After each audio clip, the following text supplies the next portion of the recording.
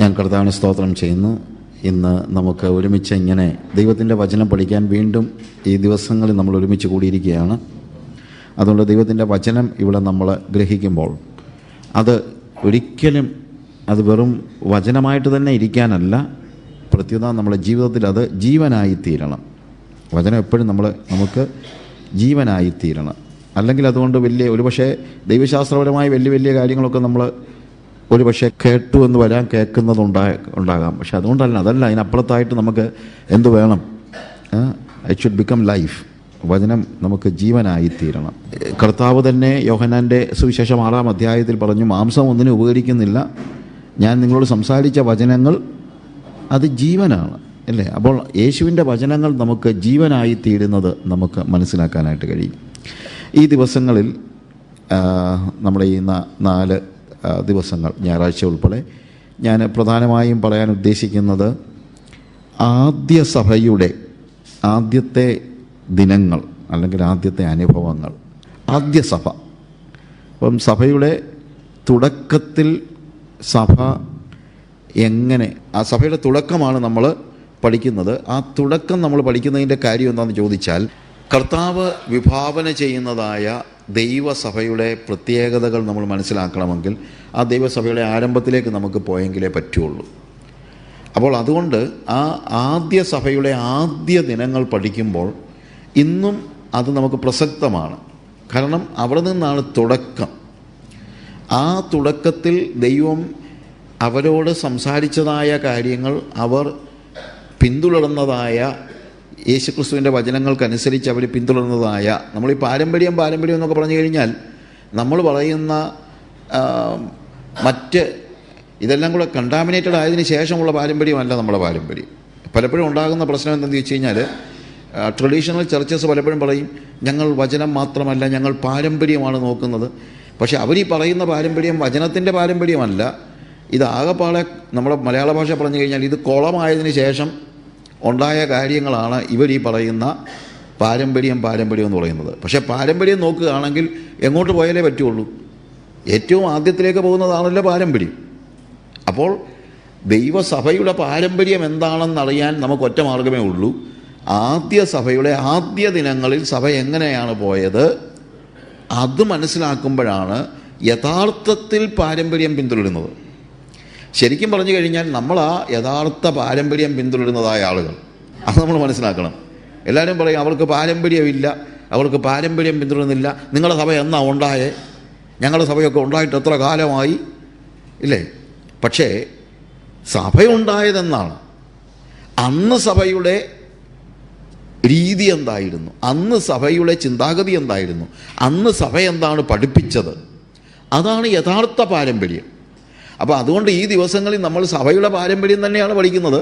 പക്ഷേ സഭയുടെ പാരമ്പര്യം എന്ന് പറയുന്നത് എല്ലാ അലുകുലത്തെല്ലാം കൂടെ കയറി കഴിഞ്ഞിട്ടുള്ള കണ്ടാമിനേറ്റഡ് ആയിട്ടുള്ള ഒരു വ്യാജ സഭയുടെ പാരമ്പര്യമല്ല. പ്രത്യുത യേശുക്രിസ്തുവിൻ്റെ കൽപ്പന അനുസരിച്ച് കാത്തിരുന്ന് പരിശുദ്ധാത്മസ്നാനം പ്രാപിച്ച് ദൈവ സാന്നിധ്യം അനുഭവിച്ച് ദൈവത്തിൽ നിന്ന് ആലോചന പ്രാപിച്ച് അപ്പോസ്തോലന്മാർ പണിത സഭയുടെ പാരമ്പര്യമാണ് യഥാർത്ഥ പാരമ്പര്യം. അപ്പോൾ പാരമ്പര്യം എന്ന് പറയുന്ന ആളുകൾ മനസ്സിലാക്കേണ്ട കാര്യമുണ്ട്, ഇതിന് പുറകോട്ടാർക്കും പാരമ്പര്യമില്ല. ഇതിന് മുമ്പോട്ടാണ് എല്ലാവരും ഈ പാരമ്പര്യം എന്ന് പറയുന്നത്. 3-ാം നൂറ്റാണ്ടിലോ 5-ാം നൂറ്റാണ്ടിലോ ഒന്നുമല്ല പാരമ്പര്യം ഉണ്ടാകുന്നത്. പാരമ്പര്യം പറയുകയാണെങ്കിൽ 5-ാം നൂറ്റാണ്ടിലെ പാരമ്പര്യം പറഞ്ഞിട്ട് കാര്യമില്ല. പാരമ്പര്യം പറയുകയാണെങ്കിൽ 1-ാം നൂറ്റാണ്ടിൽ ആദ്യ സഭയുടെ ആദ്യ ദിനങ്ങൾ എങ്ങനെയായിരുന്നു എന്ന് തിരിച്ചറിയണം. അതാണ് സഭയുടെ പാരമ്പര്യം. ഞാൻ പറഞ്ഞതിൻ്റെ വ്യത്യാസം മനസ്സിലാകുന്നല്ലോ. അതുകൊണ്ട് നമ്മൾ ആരും ഈ അവിടെ ഇവിടെ ഇരുന്ന് ആരെങ്കിലുമൊക്കെ ഇങ്ങനെ ഞങ്ങൾ പാരമ്പര്യം അനുസരിച്ച് എന്നൊക്കെ പറയുന്ന ആ ഒരു സ്റ്റേജിൽ നമ്മൾ പോകേണ്ട കാര്യമില്ല. ശരിക്കും പാരമ്പര്യം അറിയണമെങ്കിൽ അത് ദൈവത്തിൻ്റെ തിരുവചനത്തിൽ ആദ്യ സഭയുടെ ആദ്യ ദിനങ്ങളുമായി ബന്ധപ്പെട്ടാണ് നമുക്ക് മനസ്സിലാക്കാൻ കഴിയുന്നത്. അതുകൊണ്ട് ഈ ദിവസങ്ങളിൽ ആദ്യ സഭയുടെ ആദ്യ ദിനങ്ങളെക്കുറിച്ചാണ് നമ്മൾ പഠിക്കുന്നത്. എന്തായിരുന്നു ആദ്യ സഭയ്ക്ക് ഒരു പ്രശ്നമില്ലെന്ന് ഞാൻ പറയുന്നില്ല. ആദ്യ സഭയ്ക്ക് പ്രശ്നമുണ്ടായിരുന്നുവെങ്കിൽ ആ പ്രശ്നങ്ങളെ അവരുടെ ചിന്താഗതികളിൽ പ്രോബ്ലംസ് ഉണ്ടായിരുന്നെങ്കിൽ ആ ചിന്താഗതികളെയൊക്കെ മാറ്റിമറിക്കുവാൻ ദൈവത്തിൻ്റെ പരിശുദ്ധാത്മാവ് സജീവമായി നിലകൊണ്ടിരുന്നു. ആ ദൈവത്തിൻ്റെ പരിശുദ്ധാത്മാവിന് കീഴ്പ്പെട്ട് ജീവിച്ചവരാണ് അപ്പോസ്തലന്മാർ. എപ്പോഴാണ് പ്രതിസന്ധി ഉണ്ടായതെന്ന് ചോദിച്ചു കഴിഞ്ഞാൽ, ദൈവത്തിൻ്റെ ആലോചനയ്ക്ക് അപ്പോസ്തലന്മാരുടെ പിന്തുടർച്ചക്കാരെന്ന് പറയുന്ന ആളുകൾ അവർ ദൈവത്തിൻ്റെ പരിശുദ്ധാത്മാവിൻ്റെ ചിന്തയോട് വിഘടിച്ചു നിന്നപ്പോഴും ദൈവസഭയിൽ നൽകിയ രീതികളെ അവഗണിച്ച് ലോകത്തെ കൂട്ടുപിടിച്ചപ്പോഴുമാണ് പാരമ്പര്യം എന്നിന്ന് പറയുന്ന കാര്യങ്ങളിലുണ്ടായ അല്ലെങ്കിൽ പിന്നീടുണ്ടായ സഭയിൽ ഒത്തിരി പ്രതിസന്ധികളുണ്ട്. എന്നാൽ ആദിമസഭയിൽ എന്തെങ്കിലും പ്രശ്നമുണ്ടായെങ്കിൽ അതിനെ മാറ്റി അതിനെ ശുദ്ധീകരിക്കുവാൻ ദൈവത്തിൻ്റെ പരിശുദ്ധാത്മാവ് സജീവമായിരുന്നു. അതിനെ അംഗീകരിക്കുകയും അനുസരിക്കുകയും ചെയ്യുന്നതായ അപ്പോസ്തലന്മാർ ആദിമസഭയിൽ ഉണ്ടായിരുന്നു. പിന്നീടിപ്പം വന്ന ആളുകളൊന്നും പരിശുദ്ധാത്മാവിൻ്റെ ശബ്ദത്തിനൊന്നും കാതോർക്കുന്നവരൊന്നും അല്ല. പിന്നെ ഇങ്ങോട്ട് പാരമ്പര്യം പറയുന്ന ആളുകളൊന്നും പരിശുദ്ധാത്മാവിൻ്റെ ശബ്ദത്തിനോ ദൈവത്തിൻ്റെ വചനത്തിനോ കാതോർക്കാതെ ലോകത്തിൻ്റെ ഇഷ്ടങ്ങളും ലോകത്തിൻ്റെ താല്പര്യങ്ങളും ലോകത്തിൻ്റെ ഫാഷൻസ്, ലോകത്തിൻ്റെ രീതികളും സഭയിൽ കൊണ്ടുവന്നിട്ട് ഇതാണ് പാരമ്പര്യം എന്ന് പറഞ്ഞു കഴിഞ്ഞാൽ നമുക്കത് അക്സെപ്റ്റ് ചെയ്യാൻ കഴിയില്ല. യഥാർത്ഥ പാരമ്പര്യം നമ്മൾ കാണുന്നത് അപ്പോസ്തലന്മാരുടെ സഭയിലാണ്. അപ്പോസ്തലന്മാരുടെ സഭയിൽ എന്താണ് നടന്നതെന്നറിയാൻ റിട്ടൺ ആയിട്ടുള്ള രേഖകളുണ്ടല്ലോ. അതൊന്നും നമ്മൾ അവിടെ ഇവിടെയും പോയി പഠിക്കേണ്ട കാര്യമൊന്നുമില്ല. It is with us. അത് നമ്മുടെ കയ്യിലുണ്ട്. അതാണ് അപ്പോസ്തല പ്രവൃത്തികളിൽ നമ്മൾ കാണുന്നത്. അതുകൊണ്ട് ആദ്യ സഭയുടെ ആദ്യ ദിനങ്ങളിൽ അവരെന്ത് വിശ്വസിച്ചെന്നും അവരുടെ ജീവിതത്തിൽ പരിശുദ്ധാത്മാവ് എങ്ങനെ പ്രവർത്തിച്ചെന്നും അവരുടെ ചിന്താഗതികളെ കർത്താവ് എങ്ങനെ മാറ്റിമറിച്ചുവെന്നും നമ്മളൊരു പഠനം നടത്തുകയാണ്. അതെന്തിനാണെന്ന് ചോദിച്ചു കഴിഞ്ഞാൽ, ഇന്നും നമുക്ക് പിൻപറ്റുവാൻ പറ്റുന്ന അല്ലെങ്കിൽ പറ്റുന്ന എന്ന് മാത്രമല്ല, അതിന് അനിവാര്യമായ, നമ്മൾ ഇന്ന് പിൻപറ്റേണ്ട ഏറ്റവും അനിവാര്യമായ ആത്മിക സത്യങ്ങളാണ് ഇവിടെ നമ്മൾ കാണുന്നത്. ആദ്യ സഭയുടെ ആദ്യ ദിനങ്ങൾ. അപ്പോൾ അപ്പോസ്തല പ്രവൃത്തികൾ നമ്മൾ വായിക്കുമ്പോൾ നമ്മളിങ്ങനെ പറഞ്ഞുകൊണ്ടേ പോവുകയാണ്. ഇതിനിടയ്ക്ക് ചിലപ്പം മറ്റ് മെസ്സേജസിൽ ഞാൻ പറഞ്ഞ കാര്യങ്ങളും കൂടെ കയറി വരുന്നുണ്ടെങ്കിൽ ഞാനത് ഓടിച്ച് പറഞ്ഞു പോകും. കാര്യം അതിൻ്റെ ലിങ്ക് നഷ്ടപ്പെട്ടു പോകാതിരിക്കാൻ. എങ്കിലും നമ്മൾ 1-ാം നൂറ്റാണ്ടിലെ ആദ്യത്തെ സഭയുടെ കാര്യം കാണുന്ന അപ്പോസ്തല പ്രവൃത്തി 1-ാം അധ്യായത്തിലേക്ക് നമ്മൾ വേദപുസ്തകം തുറന്ന് ആ വിഷയങ്ങളെക്കുറിച്ച് നമ്മൾ പഠിക്കുകയാണ്. അപ്പോൾ ലൂക്കോസ് ലേഖനം അല്ലെങ്കിൽ അപ്പോസ്തല പ്രവൃത്തികൾ എഴുതുമ്പോൾ, ലൂക്കോസിൻ്റെ സുവിശേഷവും അപ്പോസ്തല പ്രവൃത്തികളും നമുക്കറിയാമല്ലോ, ഇത് രണ്ടും എഴുതിയത് പൗലോസിൻ്റെ സന്തത സഹചാരിയായിരുന്ന ലൂക്കോസിനാലാണ് എഴുതപ്പെട്ടത്. പക്ഷേ വേദപുസ്തകത്തിലെ എല്ലാ തിരുവെഴുത്തുകളും ദൈവനിശ്വാസ്യമാണ്. അത് ആരെഴുതി എന്നുള്ളതല്ല വിഷയം. ആരെഴുതിയാലും അത് ദൈവനിശ്വാസ്യമാണ്. അതിൻ്റെ ഓഥർ അല്ല അതിനകത്തെ ഒരു പ്രധാനപ്പെട്ട വിഷയം. കാര്യം പരിശുദ്ധാത്മ നിയന്ത്രിതരായിട്ടാണ് അവരത് എഴുതുന്നത്. ഇവൻ ഒരു ആൾ ഇങ്ങനെ സംസാരിച്ച കൂട്ടത്തിൽ ഈ എബ്രായ ലേഖനത്തിലെ എഴുത്തുകാരൻ ആരാണ് എന്നതിനെക്കുറിച്ച് ഒരു ഡിസ്കഷൻ ഉണ്ടായി. അപ്പോൾ അദ്ദേഹം പറഞ്ഞു പൗലോസാണ് എഴുതിയതെന്ന്. അപ്പം ഞാനിങ്ങനെ പറഞ്ഞു, ശൈലിയൊക്കെ നോക്കിക്കഴിഞ്ഞാൽ അത് പൗലോസിൻ്റെ ശൈലിയല്ല കാണുന്നത്. അതുകൊണ്ട് വേറെ ഒരാൾ എഴുതിയതാണെങ്കിലും നമുക്കതിനകത്ത് കുഴപ്പമില്ല, വേറൊരാൾ എഴുതിയതാകാം എന്നിങ്ങനെ പറഞ്ഞപ്പോൾ അദ്ദേഹത്തിന് അത് സഹിക്കാൻ പറ്റിയില്ല. അദ്ദേഹം പറഞ്ഞു, അത് പൗലോസ് എഴുതിയെന്ന് സാജുവിനെ അങ്ങോട്ട് വിശ്വസിച്ചാൽ എന്താ പ്രശ്നം? അപ്പോൾ ഞാൻ പറഞ്ഞു, എനിക്കൊരു പ്രശ്നവും ഇല്ല. പക്ഷേ എനിക്കിത് പൗലോസ് എഴുതിയതായിരിക്കണമെന്ന് നിർബന്ധമില്ല. ഇനി ഇത് മോശ എഴുതിയാന്ന് പറഞ്ഞാലും എനിക്ക് വിരോധവും ഇല്ല. കാരണം എന്നെ സംബന്ധിച്ചിടത്തോളം അത് ദൈവവചനമാണ്. ഞാൻ പറഞ്ഞതിൻ്റെ വ്യത്യാസം മനസ്സിലാക്കണം. അപ്പോൾ ഓതറല്ല നമ്മുടെ പ്രധാനപ്പെട്ട വിഷയം. നമ്മുടെ പ്രധാനപ്പെട്ട വിഷയം എന്താണ്? എല്ലാ തിരുവെഴുത്തും ദൈവശ്വാസീയമാണ്. It is God breathes. എഴുതുന്നത് ആരും ആയിക്കോട്ടെ എന്ന് വെച്ചാൽ ദൈവം അങ്ങനെയുള്ളവരെ കൊണ്ടൊന്നും അല്ല എഴുതിക്കുന്നത്. ഓഫ് കോഴ്സ് അവൻ്റെ പരിശുദ്ധാത്മാവിൻ്റെ ശബ്ദത്തിന് കാതോർത്ത് അവൻ്റെ പരിശുദ്ധാത്മാവിൻ്റെ ശബ്ദത്തിന് കീഴടങ്ങിയിരിക്കുന്ന ആളുകളെ കൊണ്ട് മാത്രമേ കർത്താവ് ദൈവവചനം എഴുതിക്കുകയുള്ളൂ. പക്ഷേ ഞാൻ പറഞ്ഞതെന്ന് ചോദിച്ചു കഴിഞ്ഞാൽ, ഇതിൻ്റെ അങ്ങനൊരു സ്റ്റഡി അല്ല ഞാൻ ഉദ്ദേശിക്കുന്നത്. പറഞ്ഞ് ഇതിൻ്റെ ഓതർ ആരാണ്, ഏത് കാലഘട്ടത്തിലാണ് എഴുതിയത് എന്നുള്ള ആ നിലയിലുള്ള ഒരു സ്റ്റഡി. ആ സ്റ്റഡിക്ക് കുഴപ്പമൊന്നുമില്ല. അതിപ്പം നമ്മളുടെ ഈ ക്ലാസ്സുകൾ കൊണ്ട് നമുക്ക് ആ രീതിയിൽ പോകാനല്ല ഞാൻ ഉദ്ദേശിക്കുന്നത്. അതിൽ ഈ അപ്പോസ്തല പ്രവൃത്തികളിലെ ദൈവത്തിൻ്റെ പ്രവൃത്തി എങ്ങനെ പരിശുദ്ധാത്മാവ് ജനങ്ങളോട് ഇടപെട്ടു, എങ്ങനെ അതവരുടെ ജീവിതത്തെ മാറ്റിമറിച്ചു, എങ്ങനെ ആത്മനിയന്ത്രിതരായ അവർ സഭയെ നയിച്ചു, ഇതൊക്കെ പഠിക്കാനാണ് നമ്മൾ നോക്കുന്നത്. അല്ലാതെ വേർഡ് ടു വേർഡ് സ്റ്റഡിയോ അല്ലെങ്കിൽ അതുപോലെയുള്ള ഒരു എക്സജറ്റിക്കൽ സ്റ്റഡി എന്ന നിലയിലല്ല ഇത് ചെയ്യുന്നതെന്ന് പറയാൻ വേണ്ടിയാണ് ഞാൻ പറഞ്ഞത്. നമ്മുടെ വിഷയം ഇതാണ്: ആദ്യ സഭയുടെ ആദ്യ ദിനങ്ങളിൽ എങ്ങനെ ദൈവത്തിൻ്റെ പരിശുദ്ധാത്മാവ് സഭയെ പണിതു എന്നുള്ളതാണ് നമ്മൾ നോക്കുന്നത്. Okay, are you ready? Okay, ശരി. അപ്പോൾ അപ്പോസ്തല പ്രവൃത്തി 1-ാം അധ്യായത്തിൽ നമ്മൾ ആദ്യം കാണുന്നത് ലൂക്കോസ് എഴുതുകയാണ്, തെയോഫിലൂസേ, ഞാൻ എഴുതിയ ഒന്നാമത്തെ ചരിത്രം യേശു തിരഞ്ഞെടുത്ത അപ്പോസ്തലന്മാർക്ക് പരിശുദ്ധാത്മാവിനാൽ കൽപ്പന കൊടുത്തിട്ട് ആരോഹണം ചെയ്ത നാൾ വരെ അവൻ ചെയ്തും ഉപദേശിച്ചും തുടങ്ങിയ സകലത്തെയും കുറിച്ച് ആയിരുന്നുവല്ലോ. That speaks about Luke's gospel. ലൂക്കോസിൻ്റെ സുവിശേഷത്തിൽ എന്താണ് എഴുതിയിരിക്കുന്നത്? യേശു തിരഞ്ഞെടുത്ത അപ്പോസ്തലന്മാർക്ക് പരിശുദ്ധാത്മാവിനാൽ കൽപ്പന കൊടുത്തിട്ട് ആരോഹണം ചെയ്ത നാൾ വരെ അവൻ ചെയ്തും ഉപദേശിച്ചും തുടങ്ങിയ സകലത്തെയും കുറിച്ച്. അപ്പോൾ യേശു ക്രിസ്തുവിൻ്റെ ഭൂമിയിലെ ജീവിതത്തിൽ യേശുവിൻ്റെ ജീവിതത്തെയും ഉപദേശത്തെയും പ്രവൃത്തിയെയും കുറിച്ചാണ് ലൂക്കോസിൻ്റെ സുവിശേഷത്തിൽ ലൂക്കോസ് എഴുതിയത്. എന്നാൽ അപ്പോസ്തല പ്രവൃത്തികൾ എഴുതുമ്പോൾ ശരിക്കും പറഞ്ഞു കഴിഞ്ഞാൽ യേശു കർത്താവ് ആരോഹണം ചെയ്യുന്ന ആ സംഭവം, അല്ലെങ്കിൽ ഉയിർത്തെഴുന്നേറ്റ യേശുവിൻ്റെ അപ്പോസ്തലന്മാരോടുള്ള ഇടപെടൽ തുടങ്ങി ആരോഹണം ആദ്യം തന്നെ അതെല്ലാം പറഞ്ഞിട്ട് പിന്നീട് അപ്പോസ്തലന്മാരിലൂടെ പരിശുദ്ധാത്മാവ് പ്രവർത്തിച്ച പ്രവൃത്തികൾ, ശരിക്കും പറഞ്ഞാൽ ആക്ട്സ് ഓഫ് ദി അപ്പോസിൽസ് എന്ന് നമ്മൾ ഇതിനെ ഇപ്പോൾ വിളിക്കുന്നുണ്ടെങ്കിലും ആദ്യ കാലയളവിൽ ഇതിനെ ആക്ട്സ് എന്ന് മാത്രമാണ് വിളിച്ചിരുന്നത്, പ്രവൃത്തികൾ. അപ്പോൾ അതിനെക്കുറിച്ച് ഒരാൾ പറഞ്ഞത്, ഈ പ്രവൃത്തികൾ അപ്പോസ്തലന്മാരാൽ നടന്നുവെങ്കിലും ശരിക്കും ഇത് അപ്പോസ്തലന്മാരുടെ പ്രവൃത്തിയല്ല, ഇത് പരിശുദ്ധാത്മാവിൻ്റെ പ്രവൃത്തിയാണ് എന്നാണ്.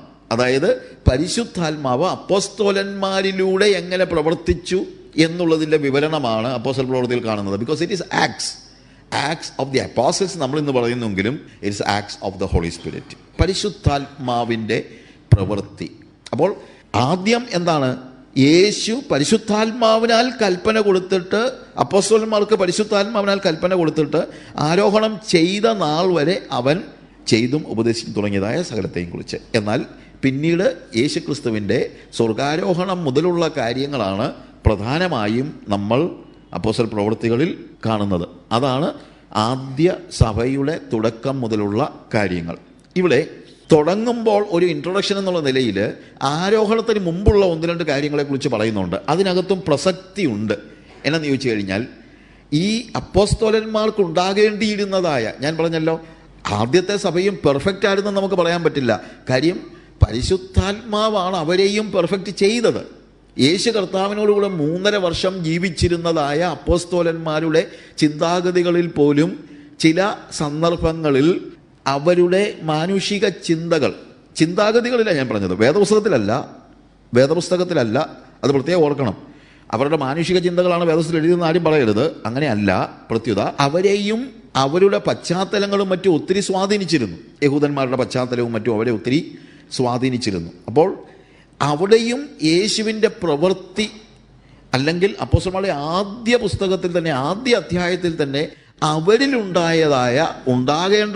ഉണ്ടായതായ ഒരു വ്യതിയാനത്തെക്കുറിച്ച് പറയുന്നുണ്ട്. അത് മനസ്സിലാക്കാൻ വേണ്ടി ലൂക്കോസ് എഴുതുമ്പോൾ പറയുന്ന ഒരു കാര്യം, 2-ാമത്തെ വാക്യത്തിൽ, അവൻ കഷ്ടമനുഭവിച്ച ശേഷം 40 നാളോളം അവർക്ക് പ്രത്യക്ഷനായി ദൈവരാജ്യം സംബന്ധിച്ച കാര്യങ്ങൾ പറഞ്ഞുകൊണ്ട് താൻ ജീവിച്ചിരിക്കുന്നുവെന്ന് അനേകം ദൃഷ്ടാന്തങ്ങളാൽ അവർക്ക് കാണിച്ചു കൊടുത്തു. ഈ ഒരു വാക്യം വളരെ പ്രസക്തമാണ്. ആദ്യത്തെ 40 നാളുകൾ, അതായത് യേശു കർത്താവിൻ്റെ ഉയിർത്തെഴുന്നേൽപ്പിനോട് ചേർന്ന് 40 നാളുകൾ യേശു കർത്താവ് ഭൂമിയിൽ ജീവിച്ചപ്പോൾ ഈ അപ്പോസ്തലന്മാരോട് സംസാരിക്കുകയൊക്കെ ചെയ്തുകൊണ്ടിരിക്കുകയാണ്.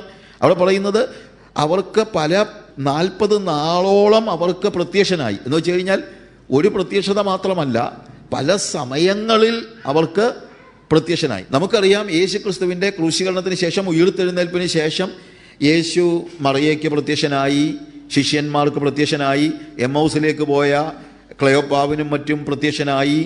അതിനുശേഷം പല പ്രാവശ്യം ശിഷ്യന്മാർക്ക് അടച്ചിട്ട മുറിയിൽ പ്രത്യക്ഷനായി, അവർ കടലിൽ വല വീശിക്കൊണ്ടിരുന്നപ്പോൾ അവിടെ പ്രത്യക്ഷനായി. അങ്ങനെ പല പ്രാവശ്യങ്ങൾ പ്രത്യക്ഷനായി എന്ന് തന്നെയല്ല, 40 നാളോളം എന്താ നമ്മൾ കാണുന്നത്? അവർക്ക് പ്രത്യക്ഷനായി, അവർക്ക് ദൈവരാജ്യം സംബന്ധിച്ച കാര്യങ്ങൾ പറഞ്ഞുകൊണ്ട്. അപ്പോൾ വെറുതെ ഒന്ന് ആകാശത്തിലൂടെ മിന്നിമായുന്ന യേശുവിനെ അല്ല അവർ കണ്ടത്. നമുക്ക് പ്രത്യക്ഷനായി എന്ന് പറയുമ്പോൾ ഉയർത്തെഴുന്നേറ്റ യേശു സ്വർഗത്തിൽ നിന്ന് കരങ്ങളെ ഉയർത്തി അവരെ ഇങ്ങനെ കണ്ടു എന്നൊക്കെ നമ്മൾ ചിന്തിക്കുന്നതിനകത്ത് അർത്ഥമില്ല. ഞാൻ പറഞ്ഞതെന്ന് വെച്ച് കഴിഞ്ഞാൽ പലപ്പോഴും അങ്ങനെയൊക്കെയാണ് നമ്മൾ ചിന്തിക്കുന്നത്. അങ്ങനെയല്ല, യേശു എങ്ങനെ അവൻ ഭൂമിയിൽ ജീവിച്ചിരുന്ന കാലയളവിൽ എങ്ങനെ അവരോട് സംസാരിച്ചോ അതുപോലെയൊക്കെ ഉയർത്തെഴുന്നേറ്റതിന് ശേഷവും അവരുടെ അടുക്കൽ വന്ന് അവരോട് സംസാരിക്കുന്നതാണ് കാണുന്നത്. പക്ഷേ അവരോട് സംസാരിക്കുമ്പോൾ ഒരു സ്പെസിഫിക് ആയിട്ടുള്ള ഒരു കാര്യത്തെക്കുറിച്ച് അവരെ പഠിപ്പിക്കുന്നു എന്നുള്ളതാണ് ഇവിടെ ഞാൻ വായിച്ചപ്പോൾ എനിക്ക് പ്രത്യേകമായിട്ട് എനിക്ക് മനസ്സിലായ ഒരു കാര്യം. ഒരു സ്പെസിഫിക് കാര്യത്തെക്കുറിച്ച് 40 നാളോളം വീണ്ടും സംസാരിച്ചുകൊണ്ടിരിക്കുകയാണ്. എന്താ അവിടെ എഴുതിയിരിക്കുന്നത്? അവൻ കഷ്ടം അനുഭവിച്ച ശേഷം 40 നാളോളം എന്താ പഠിപ്പിക്കുന്നത്? അവർക്ക് പ്രത്യക്ഷനായി ദൈവരാജ്യം സംബന്ധിച്ച കാര്യങ്ങൾ പറഞ്ഞുകൊണ്ട്. മനസ്സിലായോ? അപ്പോൾ ഈ 40 ദിവസങ്ങൾ ഇവൻ എന്താ പഠിപ്പിച്ചുകൊണ്ടിരിക്കുന്നത്? ദൈവരാജ്യം. 3.5 വർഷം ദൈവം യേശു കർത്താവ് ഭൂമിയിൽ ജീവിച്ച കാലയളവിൽ ഇവരോട് പറഞ്ഞത് എന്ത് തന്നെയൊക്കെയാണ്? ദൈവരാജ്യമാണ്.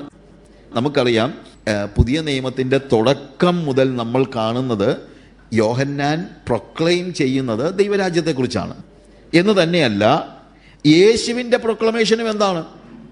യേശു പ്രസംഗം തുടങ്ങുമ്പോൾ ദൈവരാജ്യം സമീപിച്ചിരിക്കയാൽ മനസ്സാന്തരപ്പെടുവിൻ. അപ്പോൾ യേശു പ്രസംഗിച്ചതും എന്താണ്?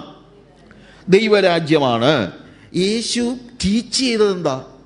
ദൈവരാജ്യത്തെക്കുറിച്ചാണ്. മത്തായിയുടെ സുവിശേഷം 5, 6, 7 അധ്യായങ്ങളിലൊക്കെ ദൈവരാജ്യത്തിൻ്റെ പ്രത്യേകതകളാണ് പഠിപ്പിക്കുന്നത്. പിന്നീടുള്ള ഉപമകളൊക്കെ പറയുമ്പോൾ ദൈവരാജ്യത്തെക്കുറിച്ച്, പ്രത്യേകിച്ച് മത്തായിയുടെ സുവിശേഷം 13-ാം അധ്യായത്തിലൊക്കെ പറയുന്നത് ദൈവരാജ്യത്തെക്കുറിച്ചുള്ള ഉപമകളാണ്. അപ്പോൾ ദൈവരാജ്യം സംബന്ധിച്ച കാര്യങ്ങൾ, ഇനി ഇവരെ പ്രസംഗിക്കാൻ വിട്ടതുപോലും ദൈവരാജ്യം പ്രസംഗിക്കുമെന്ന് പറഞ്ഞാണ്, ഇല്ലേ? അപ്പോൾ ദൈവരാജ്യത്തെക്കുറിച്ചുള്ള ചിന്തകളും ഉപദേശവും യേശു കർത്താവ് 3.5 വർഷം ഈ ശിഷ്യന്മാരെ പഠിപ്പിച്ചു. ഞാൻ പറഞ്ഞാൽ മനസ്സിലാക്കണം. പക്ഷേ ഈ യഹൂദന്മാരായി ജനിച്ചു വളർന്ന ഈ ശിഷ്യന്മാരെ സംബന്ധിച്ചിടത്തോളം ദൈവരാജ്യം അവരുടെ തലയ്ക്ക് വിളിച്ചൊന്നുമില്ല. കാര്യം, മറ്റൊരു കാര്യം ഇതിനു മുമ്പേ തന്നെ അവരുടെ തലയ്ക്ക് വിളിച്ച് കിടപ്പുണ്ട്. എന്താണെന്നറിയാമോ? യഹൂദന്മാരുടെ രാജ്യം, ഇസ്രായേലിൻ്റെ രാജ്യം. ഞാൻ പറഞ്ഞാൽ മനസ്സിലാക്കണം. യേശു എപ്പോഴും ദൈവരാജ്യത്തെക്കുറിച്ച് പറഞ്ഞെങ്കിലും ശിഷ്യന്മാരാരെങ്കിലും സംസാരിക്കുമ്പോഴും ചോദിക്കുമ്പോഴും എല്ലാം പറയുന്നതെന്നറിയാമോ? ഇസ്രായേലിൻ്റെ രാജ്യം. ഇതാണ് പ്രശ്നം. ഇസ്രായേലിൻ്റെ രാജ്യം അതായിരുന്നു അവരുടെ പ്രതീക്ഷ മുഴുവൻ. എന്താണ് ഇസ്രായേലിൻ്റെ രാജ്യം എന്ന് പറയുമ്പോൾ അർത്ഥമാക്കുന്നത്?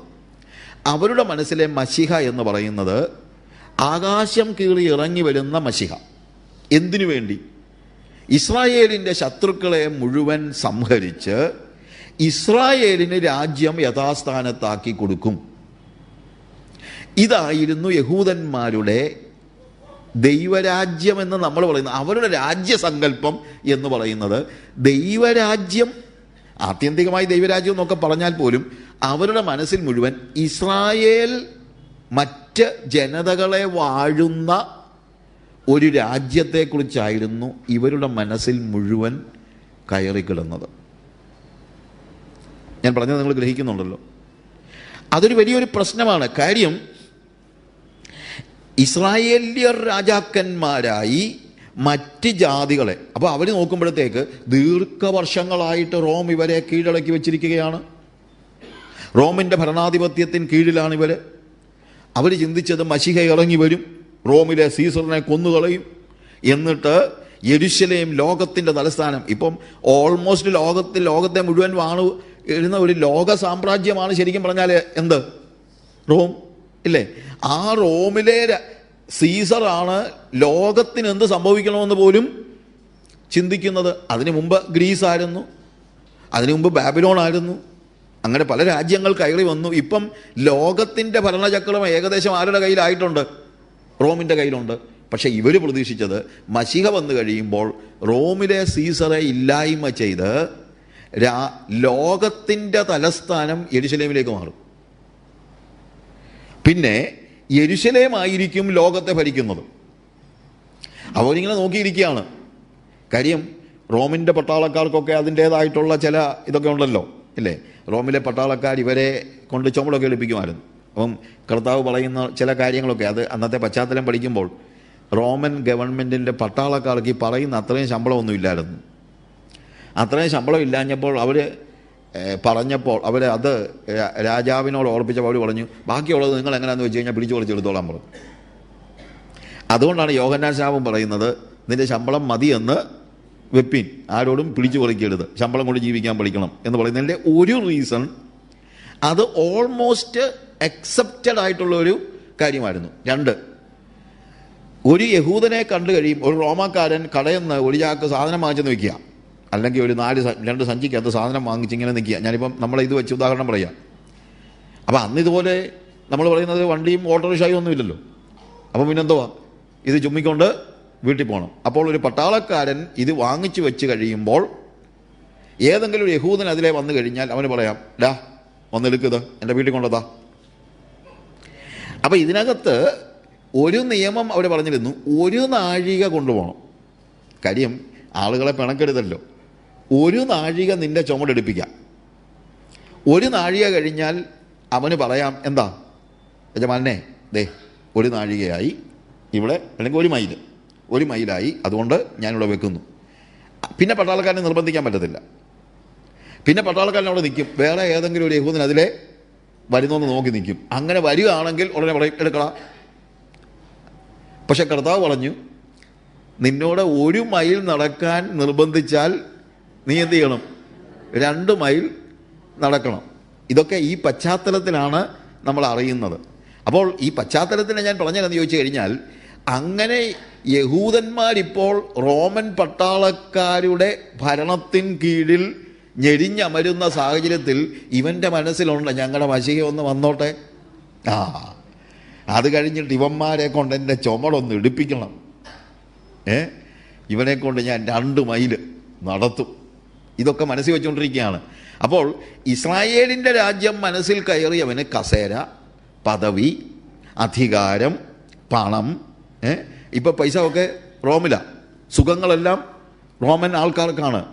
അവരുടെ സിറ്റിസൺഷിപ്പാണ്, അവരുടെ പാസ്പോർട്ടാണ് ഏറ്റവും കൂടിയ പാസ്പോർട്ട്. നമുക്കുണ്ടല്ലോ ലോകത്ത് ചില രാജ്യങ്ങളുടെ പാസ്പോർട്ടൊക്കെ അവർ വലുതായിട്ട് കണക്കാക്കുന്നു.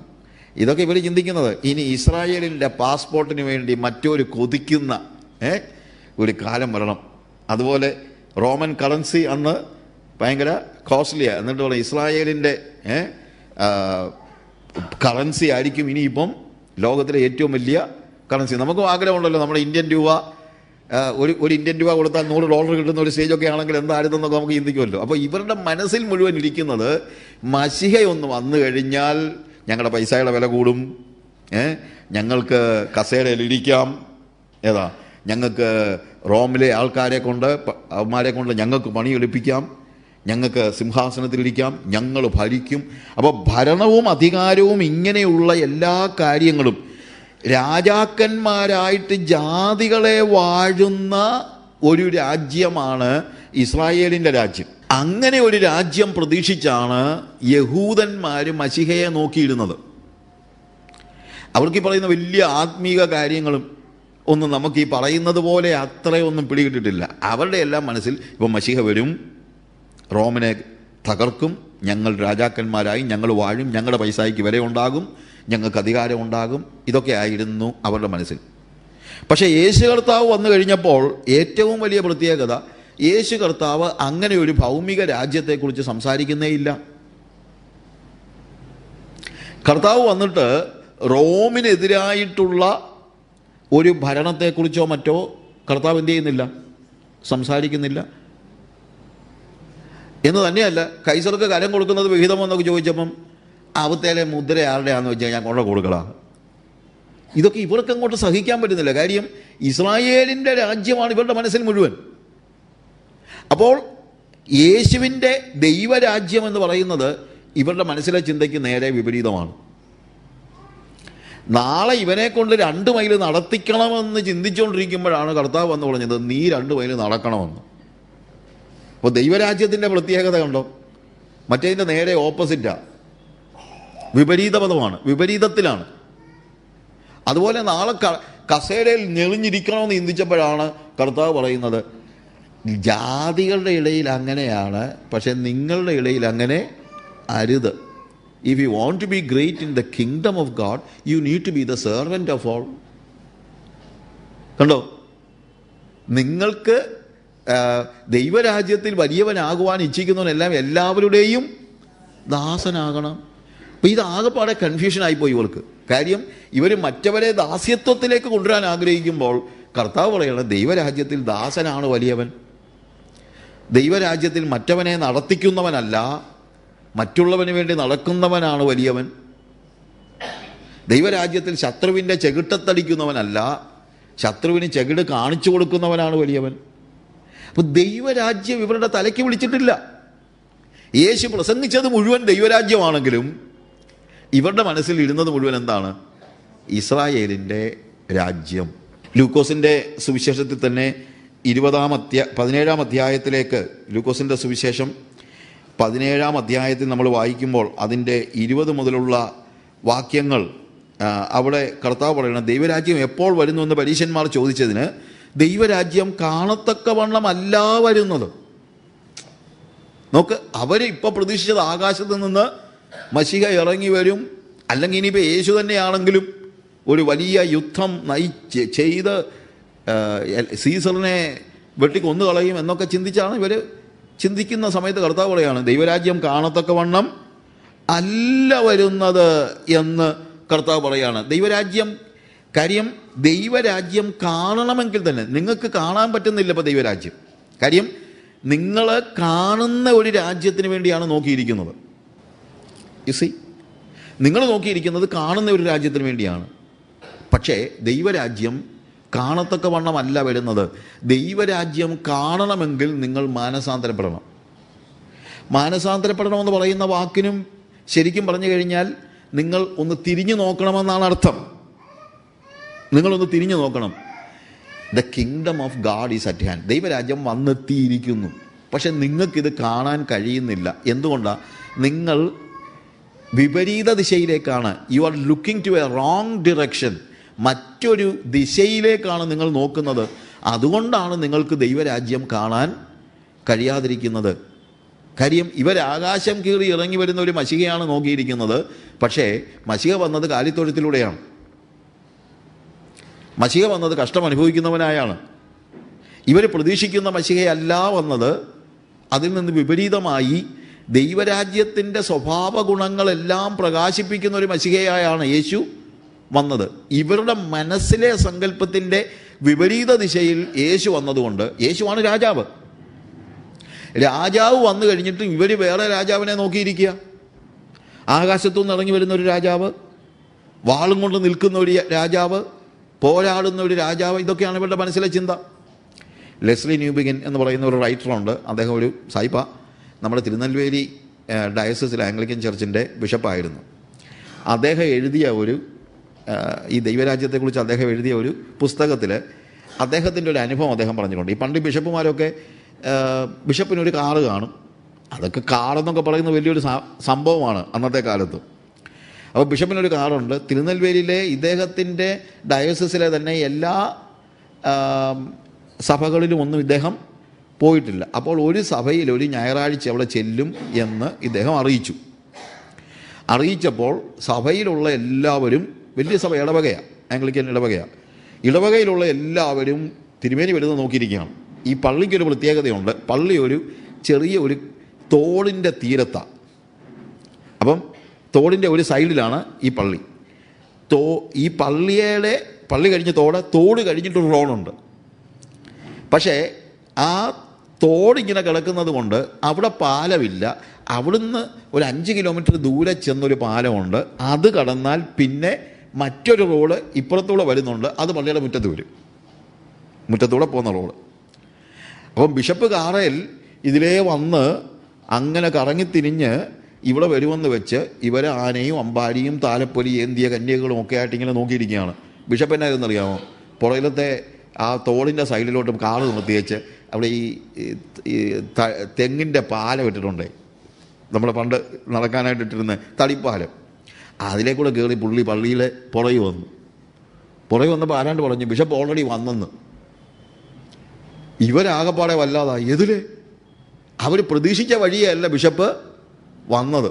അപ്പോൾ അവർക്ക് ഭയങ്കര. പിന്നെ ഒരാൾ ചെന്നിട്ട് പറഞ്ഞു, തിരുമേനി ഇപ്പം പ്രത്യക്ഷപ്പെടരുത്, പിന്നെ എന്ത് ചെയ്യണം, ഞങ്ങൾ ഈ ആനയൊക്കെ ഒന്ന് തിരിച്ചോണ്ട്. പിന്നെ താലപ്പൊലി എന്തിയ കന്യകളെയെല്ലാം മുന്നിലാക്കി ആനയൊക്കെ തിരിച്ച് അന്നേരം ബിഷപ്പ് അങ്ങോട്ട് ചെന്നു. ഈ ബിഷപ്പ് ഇവിടെ എത്ര മണിക്കൂർ ഇരുന്നാലും ഇവർ അങ്ങോട്ട് നോക്കിയിരുന്നു കഴിഞ്ഞാൽ ഈ ബിഷപ്പിനെ കാണാൻ പറ്റത്തില്ല. ഇതുപോലെ ഒരു സംഭവമാണ് യേശു കർത്താവ് ഭൂമിയിൽ വന്നപ്പോൾ സംഭവിച്ചത്. കാര്യം അവർ നോക്കിയിരിക്കുന്ന വഴിയേ അല്ല യേശു വന്നത്. അതുകൊണ്ടാണ് അവിടെ പറയുന്നത്, ഇവിടെ രാജാവ് വന്നു കഴിഞ്ഞു, നിനക്ക് കാണണമെങ്കിൽ ഒന്ന് തിരിയണമെന്നാണ് പറയുന്നത്. നീ നോക്കിയിരിക്കുന്ന സ്ഥലത്തൂടെ അല്ല രാജാവ് വന്നത്. ആകാശം കീറി ഇറങ്ങി വരുന്ന മഹത്വവാനായ ഒരു മശിഹയെ പ്രതീക്ഷിച്ചിരിക്കുന്ന നീ എന്ത് ചെയ്യണം? കാലിത്തൊഴുത്തിലേക്കൊന്ന് തിരിയണം, ഗലീലയിലേക്കൊന്ന് തിരിയണം. രാത്രികാലങ്ങളിൽ മലകളിൽ പോയി കിടന്നുറങ്ങുന്ന, പ്രാർത്ഥനയിൽ സമയം ചെലവഴിക്കുന്ന ആ യേശുവിങ്കിലേക്കൊന്ന് തിരിയണം. ഇതൊരു വലിയ ഇഷ്യൂ ആണ്. ഇസ്രായേലിൻ്റെ രാജ്യം പ്രതീക്ഷിച്ചിരിക്കുന്നവന് ദൈവരാജ്യം കാണാൻ ഭയങ്കര ബുദ്ധിമുട്ടാണ്. ഇനി ഇതിൻ്റെ പ്രസൻറ്റ് ആപ്ലിക്കേഷൻ പറഞ്ഞാൽ ഇന്നും സംഭവിക്കുന്ന ഏറ്റവും വലിയ പ്രശ്നം എന്താണെന്ന് ചോദിച്ചു കഴിഞ്ഞാൽ, ഇന്നും മനുഷ്യന് വേണ്ടത് ദൈവരാജ്യമല്ല, മനുഷ്യന് വേണ്ടത് ഇസ്രായേലിൻ്റെ രാജ്യമാണ്. ഇന്നും നമ്മുടെ എല്ലാം ഇഷ്ടം എന്താ? ഇസ്രായേലിൻ്റെ രാജ്യം, അധികാരം, പണം, പദവികൾ, അതൊക്കെയാണ്. അതുകൊണ്ട് പ്രസംഗിക്കുന്നവരും അത് തന്നെയാണ് പ്രസംഗിക്കുന്നത്. ഇന്നത്തെ പ്രസംഗങ്ങൾ, പള്ളികളിലെയും സഭകളിലെയും പ്രസംഗങ്ങളിൽ 90% ദൈവരാജ്യമല്ല, ഇസ്രായേലിൻ്റെ രാജ്യമാണ്. പക്ഷേ ദൈവരാജ്യം കാണണമെങ്കിൽ നീ മാനസാന്തരപ്പെടണം. കാണണമെങ്കിൽ തന്നെ. കടക്കണമെങ്കിൽ പിന്നെയും പ്രശ്നമാണ്. കടക്കണമെങ്കിൽ നീ വീണ്ടും ജനിക്കണം. ഞാൻ പറഞ്ഞതിൻ്റെ വ്യത്യാസം മനസ്സിലാക്കണം. ദൈവരാജ്യം കാണണമെങ്കിൽ തന്നെ മാനസാന്തരപ്പെടണം. മാനസാന്തരപ്പെടണം എന്ന് പറഞ്ഞു കഴിഞ്ഞാൽ ഇപ്പം നോക്കുന്നിടത്തുനിന്ന് തിരിഞ്ഞ് നോക്കണം, അല്ലേ? പിന്നെ കടക്കണമെങ്കിൽ മാനസാന്തരപ്പെട്ടാൽ മാത്രം പോരാ, പിന്നെ എന്തുകൂടെ നടക്കണം? വീണ്ടും ജനിക്കണം. വീണ്ടും ജനിക്കുന്നില്ലെങ്കിൽ ദൈവരാജ്യത്തിൽ കടപ്പാൻ ആർക്കും കഴിയുകയില്ല. അപ്പോൾ ഇത് അടിസ്ഥാനപരമായ ഉപദേശമാണ്. ഈ ഉപദേശം ആരുടെയും കുറ്റമല്ല. യേശു പ്രസംഗിച്ച ഈ ദൈവരാജ്യം, ശിഷ്യന്മാരെ യേശു ഒരുക്കിയത് ദൈവരാജ്യത്തിന് വേണ്ടിയാണ്. എന്നാൽ ശിഷ്യന്മാർ ദൈവരാജ്യത്തെ യഥാർത്ഥത്തിൽ അറിഞ്ഞില്ല. കാരണം ഇസ്രായേലിൻ്റെ രാജ്യം അതുപോലെ ഇവരുടെ മനസ്സിലങ്ങ് പതിഞ്ഞു പോയി എന്നുള്ളതാണ്. ഭയങ്കരമായിട്ട് അവരുടെ മനസ്സിൽ ഇതേ ഉണ്ടായിരുന്നുള്ളൂ എന്നുള്ളതാണ് ഏറ്റവും വലിയ പ്രശ്നമായിട്ട് നമ്മൾ മനസ്സിലാക്കേണ്ടത്. ഏറ്റവും വലിയ പ്രശ്നമായിട്ട് അവരുടെ മനസ്സിൽ മുഴുവൻ കിടക്കുന്നത് എന്താണ്? ഇസ്രായേലിൻ്റെ രാജ്യം. ഈ സെബദി മക്കളുടെ അമ്മയുടെ കാര്യമൊക്കെ നമ്മൾ പറയുമല്ലോ. സെബദി മക്കളുടെ അമ്മ വന്നിട്ട് കർത്താവിനോട് സംസാരിക്കുമ്പം പറയുന്നൊരു കാര്യമുണ്ട്. നീ രാജ്യത്വം പ്രാപിച്ചു വരുമ്പോൾ എൻ്റെ ഒരു മകൻ നിൻ്റെ വലത്തും ഒരു മകൻ നിൻ്റെ ഇടത്തും ഇരിക്കാൻ എനിക്ക് വരം നൽകണം. ഓക്കെ. അപ്പോൾ ഈ സെബദി മക്കളുടെ അമ്മയുടെ മനസ്സിലെ ദൈവരാജ്യം എന്താണ്? അവർക്ക് വേറെ പ്രത്യേകിച്ച് കാര്യങ്ങളൊന്നുമില്ല. അവരെ സംബന്ധിച്ചിടത്തോളം അവർ നോക്കുമ്പോൾ ആകെ അവർക്ക് മനസ്സിലുണ്ടായിരുന്ന ആഗ്രഹം എന്താണ്? എന്താണെങ്കിലും യേശു മശിഹയാണെന്ന് ഞങ്ങളുടെ പിള്ളേർ പറഞ്ഞിപ്പം വള്ളവും കളഞ്ഞു, അപ്പനെയും കളഞ്ഞു, വലയും കളഞ്ഞിട്ട് ഇപ്പോൾ ഈ ഇങ്ങേരുടെ പുറകെ പോയിരിക്കുക. ഇനി ഇങ്ങേരെങ്ങാനും രാജാവ് ആകുകയാണെങ്കിൽ ഞങ്ങളുടെ മക്കൾക്കെങ്കിലും അതിൻ്റെ ഗുണമെങ്കിലും ഉണ്ടാകണം. ഇത്രയും ഉള്ളതെല്ലാം കളഞ്ഞു വെച്ച് പോയതല്ലേ. അല്ലാതെ ഇവിടെ ഒന്നും നേടിയവരൊന്നും അല്ലല്ലോ. ശിഷ്യന്മാരാരും ഒന്നും നേടിയവരല്ലല്ലോ. എല്ലാവരും എല്ലാം കളഞ്ഞു വെച്ച് പോയതാണ്. അപ്പോൾ സെബദി മക്കൾ പോയപ്പം അത് അപ്പനെയും ഉപേക്ഷിച്ചിട്ടോ പോയെന്ന് പറഞ്ഞു. അപ്പനെയും വേലക്കാരെ എല്ലാം ഉപേക്ഷിച്ചിട്ടാണ് പോകുന്നത്. ഉപേക്ഷിച്ചിട്ട് യേശുവിൻ്റെ പിന്നാലെ പോയതല്ല. അമ്മ ചെന്നിട്ട് പറയുകയാണ്, ദേ ഇത്രയും എല്ലാം കളഞ്ഞിട്ട് വന്ന പാർട്ടികളാണ്. അപ്പോൾ അതുകൊണ്ട് നീ രാജ്യത്വം പ്രാപിച്ചു വരുമ്പം എൻ്റെ ഒരു മോനെ നിൻ്റെ ഇടത്ത്, ഒരു മോനെ വലത്ത് നീ ഇരുത്തണം. ഞാൻ അതിലേക്ക് കടക്കുന്നില്ല, കൂടുതൽ അങ്ങോട്ട് പോകുന്നില്ല. അവിടെ നമ്മൾ മനസ്സിലാക്കുന്ന കാര്യം ഇതാണ്. അവരുടെ മനസ്സിലെ ചിന്ത എന്ത്? ഭരണമായിരുന്നു അവരുടെ മനസ്സിൽ, ഭരണം. എന്നാൽ ദൈവരാജ്യം നേരെ തിരിച്ചാണ്. ദൈവരാജ്യത്തിൽ ഭരണമല്ല, ദൈവരാജ്യത്തിൽ ശുശ്രൂഷയാണ്. എൻ്റെ മക്കൾക്ക് ഭരണം കിട്ടണമെന്ന് പറഞ്ഞപ്പോൾ യേശു ചോദിക്കുക, ഞാൻ കുടിക്കുന്ന പാനപാത്രം കുടിക്കാൻ. ദൈവരാജ്യത്തിൽ പാനപാത്രമൊക്കെയാണ്. കഷ്ടതയുടെ പാനപാത്രം. അപ്പോൾ യേശുവിനോട് നിങ്ങൾക്ക് ഏകീഭവിക്കണമെങ്കിൽ കസേരയുടെ ഇപ്പുറത്തും അപ്പുറത്തും ഇരിക്കാനല്ല, പ്രത്യുത അതിനകത്ത് ഏറ്റവും നല്ലത് എന്താണ്? അവൻ്റെ പാനപാത്രം കുടിക്കുക. കർത്താവ് പറഞ്ഞു, ഞാനിപ്പം ചിലപ്പം ഇങ്ങനെ ഓർക്കാറുണ്ട്, കർത്താവ് പറഞ്ഞു നിങ്ങൾ പാനപാത്രമൊക്കെ കുടിക്കും, അവർ കഷ്ടമൊക്കെ സഹിക്കും, അതെനിക്കറിയാം, ഇപ്പം കുടിക്കത്തില്ല, എന്നാലും പിന്നെ കുടിക്കും. പക്ഷേ എൻ്റെ ഇടത്തും വലത്തും ഇരിക്കുന്ന അതിനുള്ള വരം നൽകുന്നത് ആരാ? സ്വർഗസ്ഥനായ എൻ്റെ പിതാവാണ്. അപ്പം ഞാൻ ഇങ്ങനെ ചിന്തിച്ചപ്പോൾ എനിക്ക് തോന്നി, ഇതേതായി ഇടത്തും വലത്തും? സ്വർഗത്തിൽ ചെല്ലുമ്പോൾ ഇരിക്കുന്ന കാര്യമാണോ? സ്വർഗത്തിൽ പിതാവിൻ്റെ വലത്ത് ഭാഗത്ത് പുത്രനിരിക്കുകയാണ്. അപ്പോൾ അതിൻ്റെ ഇടത്തും വലത്തും ഇരിക്കണമെങ്കിൽ പിതാവിനെ മാറ്റിയിട്ട് വേണം ഒരുത്തിന് ഇവിടുത്തെ കയറിയിരിക്കാൻ. പക്ഷേ കർത്താവ് പറഞ്ഞ ഇതാണ്, എൻ്റെ സിംഹാസനത്തിൻ്റെ ഇടത്തും വലത്തും ഇരിക്കാനുള്ള അവകാശം ആർക്കാണുള്ളതെന്നുള്ളത് എൻ്റെ പിതാവാണ് തീരുമാനിക്കുന്നത്. ഇത് ബിബ്ലിക്കലി ഒരു തിയോളജിക്കൽ തോട്ട് അല്ലെങ്കിലും ഞാൻ പറയുന്നത് യേശു കർത്താവിനെ ക്രൂശിക്കുന്ന സമയത്ത് ക്രൂശ് അവൻ്റെ സിംഹാസനമാണെങ്കിൽ അതിൻ്റെ ഇടത്തും വലത്തും ഇരിക്കാൻ ആരും മത്സരിച്ചില്ലല്ലോ, ഇല്ലേ? ആരെങ്കിലും പറഞ്ഞോ അവനെ ക്രൂശിക്കുന്നില്ല, ഇടത്ത് എന്നെ കൂടെ ക്രൂശിക്കുക എന്നാരെങ്കിലും പറഞ്ഞു? കാര്യം എന്ന് ചോദിച്ചു കഴിഞ്ഞാൽ അവരുടെ ആരുടെയും മനസ്സിൽ എന്ത് വന്നില്ല? ക്രൂശ് സിംഹാസനമാണ് എന്നുള്ളത് വന്നില്ല. എല്ലാവർക്കും ഭരണമായിരുന്നു വേണ്ടത്. എന്നാൽ ദൈവരാജ്യം ഭരണമല്ല, പദവികളല്ല. ദൈവരാജ്യം ശുശ്രൂഷയാണ്, സഹനമാണ്. ആ ദൈവരാജ്യത്തെ പ്രകാശിപ്പിക്കുവാനാണ് യേശു മുഴുവൻ ഉപദേശങ്ങളും നൽകിയത്. പ്രാർത്ഥിക്കാൻ പഠിപ്പിച്ചപ്പോൾ പോലും പറഞ്ഞ എന്താണ്? സ്വർഗസ്ഥനായ ഞങ്ങളുടെ പിതാവേ, നിൻ്റെ നാമം വിശുദ്ധീകരിക്കപ്പെടണമേ, നിൻ്റെ രാജ്യം വരണമേ, നിൻ്റെ ഇഷ്ടം സ്വർഗത്തിലെ പോലെ ഭൂമിയിലുമാകണമേ, ഇല്ലേ? അപ്പോൾ പ്രാർത്ഥനയുടെ 6 അപേക്ഷകളാണ് അവിടെ ഉള്ളത്. അതിനകത്ത് 3 എണ്ണവും ദൈവരാജ്യവുമായിട്ട് ബന്ധപ്പെട്ടാണ്. നിൻ്റെ നാമം വിശുദ്ധീകരിക്കപ്പെടണം, നിൻ്റെ രാജ്യം വരണം, നിൻ്റെ ഇഷ്ടം സ്വർഗത്തിലെ പോലെ ഭൂമിയിലുമാകണം. അപ്പോൾ നമ്മുടെ പ്രാർത്ഥനയുടെ പകുതിയും ദൈവരാജ്യവുമായിട്ട് ബന്ധപ്പെട്ടാണ്. അത് കഴിഞ്ഞിട്ടാണ് പിന്നെ ഞങ്ങൾക്ക് ആവശ്യമുള്ള ആഹാരം ഞങ്ങൾക്ക് തരണേ. നമ്മളാണെങ്കിൽ തുടങ്ങുന്നത് അവിടുന്നാണ്, ഇല്ലേ? നമ്മൾ പ്രാർത്ഥിക്കാനിടുന്ന ആദ്യം കർത്താവേ നിൻ്റെ നാമം വിശുദ്ധീകരിക്കപ്പെടണമേ, കർത്താവേ നിൻ്റെ രാജ്യം വരണമേ, കർത്താവേ നിൻ്റെ ഇഷ്ടം സ്വർഗത്തിലെ പോലെ ഭൂമിയിലുമാകണേ. ഇപ്പോൾ 1 മണിക്കൂർ ഒരാൾ പ്രാർത്ഥിച്ചു കഴിഞ്ഞാൽ ആദ്യത്തെ 30 മിനിറ്റ് ദൈവസംബന്ധിയായി ദൈവരാജ്യത്തിൻ്റെ കാര്യങ്ങൾ പ്രാർത്ഥിച്ച് കഴിഞ്ഞിട്ടാണോ നമ്മുടെ കാര്യം നമ്മൾ തുടങ്ങുന്നത്? ആണോ? തുടങ്ങുന്നതേ ഞങ്ങൾക്ക് ആവശ്യമുള്ള. അതും പ്രശ്നമാണ്. ഞങ്ങൾക്കെന്നല്ലല്ലോ പറയുന്നത്, എനിക്ക്. ഒരു കാര്യം മനസ്സിലാക്കണം, ദൈവരാജ്യത്തിൽ ഞാനല്ല, ഞങ്ങളാണ്. അവിടെ തന്നെ ദൈവരാജ്യം എന്താണെന്ന് മനസ്സിലാകുന്നുണ്ട്. ഞാൻ എന്ന് പറഞ്ഞാൽ അത് ഇസ്രായേലിൻ്റെ രാജ്യമായി പോകും. എനിക്ക് എന്ന് പറഞ്ഞാൽ തന്നെ ഇസ്രായേലിൻ്റെ രാജ്യമായി പോകും. ദൈവരാജ്യമാകണമെങ്കിൽ ഞങ്ങൾക്ക് ആവശ്യമുള്ള ആഹാരം ഇന്ന് ഞങ്ങൾക്ക് തരണമേ. അവിടെയാണ് ദൈവരാജ്യം. ദൈവരാജ്യത്തിൽ ഞാനല്ല ഉള്ളത്, ഞങ്ങളാണുള്ളത് എന്ന് നമ്മൾ മനസ്സിലാക്കണം. അപ്പോൾ ദൈവരാജ്യത്തെക്കുറിച്ച് യേശു ഇത്രയും പഠിപ്പിച്ചിട്ടും ശിഷ്യന്മാർ ശരിക്കും പറഞ്ഞു കഴിഞ്ഞാൽ അവസാന സമയം വരെയും ഈ സത്യം മനസ്സിലാക്കിയില്ല. അത് യേശുവിൻ്റെ ചങ്ക് പൊട്ടിച്ചൊരു കാര്യമാണെന്ന് എൻ്റെ ചിന്ത. അപ്പം സഭയുടെ ആദ്യ ദിനങ്ങളിലെക്കുറിച്ച് പറഞ്ഞപ്പോൾ ഉയിർത്തെഴുന്നേറ്റ യേശു 40 ദിവസം അവരുടെ കൂടെ നടന്ന് എന്ത് പഠിപ്പിച്ചെന്ന് എഴുതിയിരിക്കുന്നത്? ദൈവരാജ്യം സംബന്ധിച്ച കാര്യങ്ങൾ പഠിപ്പിച്ചു. എന്തുകൊണ്ടാണ്?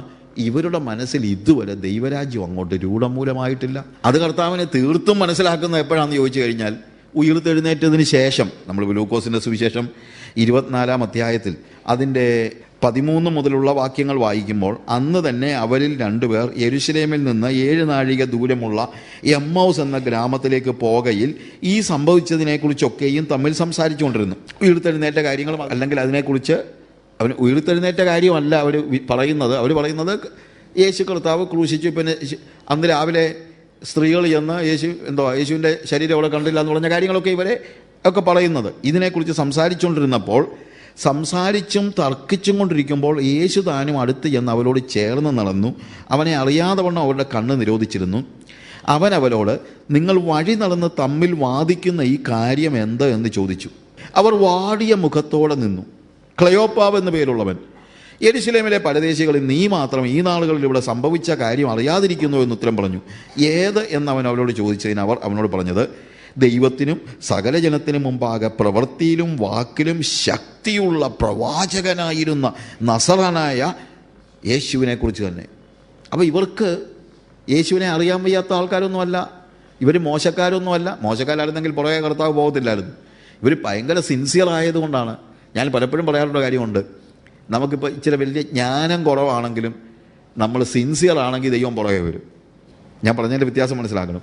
നമുക്കിപ്പം വേദോസത്തിലെ വലിയ ആത്മിക യാഥാർത്ഥ്യങ്ങളും സത്യങ്ങളും ഒന്നും തിരിച്ചറിയത്തക്ക രീതിയിലുള്ള ജ്ഞാനമൊന്നും നമുക്കില്ലെങ്കിൽ പോലും ആത്മാർത്ഥതയുള്ളവരാണെങ്കിൽ കർത്താവ് നമ്മളെ തള്ളിക്കളയത്തില്ല. അതുകൊണ്ടൊക്കെ അല്ലേ നമ്മൾ രക്ഷപ്പെടുന്നത്, ഇല്ലേ? സിൻസിയറായിട്ട് കർത്താവിൻ്റെ പിന്നാലെ പോകുന്നവരുടെ പിന്നാലെ കർത്താവ് വരും. അവർ ഇത് സംസാരിച്ചു കഴിഞ്ഞപ്പോൾ അവർ പറയുന്നത്, ദൈവത്തിനും സകല ജനത്തിനും മുമ്പാകെ പ്രവൃത്തിയിലും വാക്കിലും ശക്തിയുള്ള പ്രവാചകനായിരുന്ന നസറായനായ. എന്തൊരു വാക്കുകളാണ് പറയുന്നത്! കാര്യം അവരെ സംബന്ധിച്ചിടത്തോളം യേശുവിൻ്റെ വാക്കുകളും പ്രവൃത്തിയും ശക്തിയായിട്ട് അവർ കണ്ടു. അതുകൊണ്ട് അവരെന്ത് പ്രതീക്ഷിച്ചു? അവർ യേശുവിനെ കുറിച്ച് തന്നെ, നമ്മുടെ മഹാപുരോഹിതന്മാരും പ്രമാണികളും അവനെ മരണവിധിക്ക് ഏൽപ്പിച്ച് ക്രൂശിച്ചു, ഞങ്ങളോ അവൻ ഇസ്രായേലിനെ വീണ്ടെടുപ്പാനുള്ളവനെന്ന് ആശിച്ചിരുന്നു.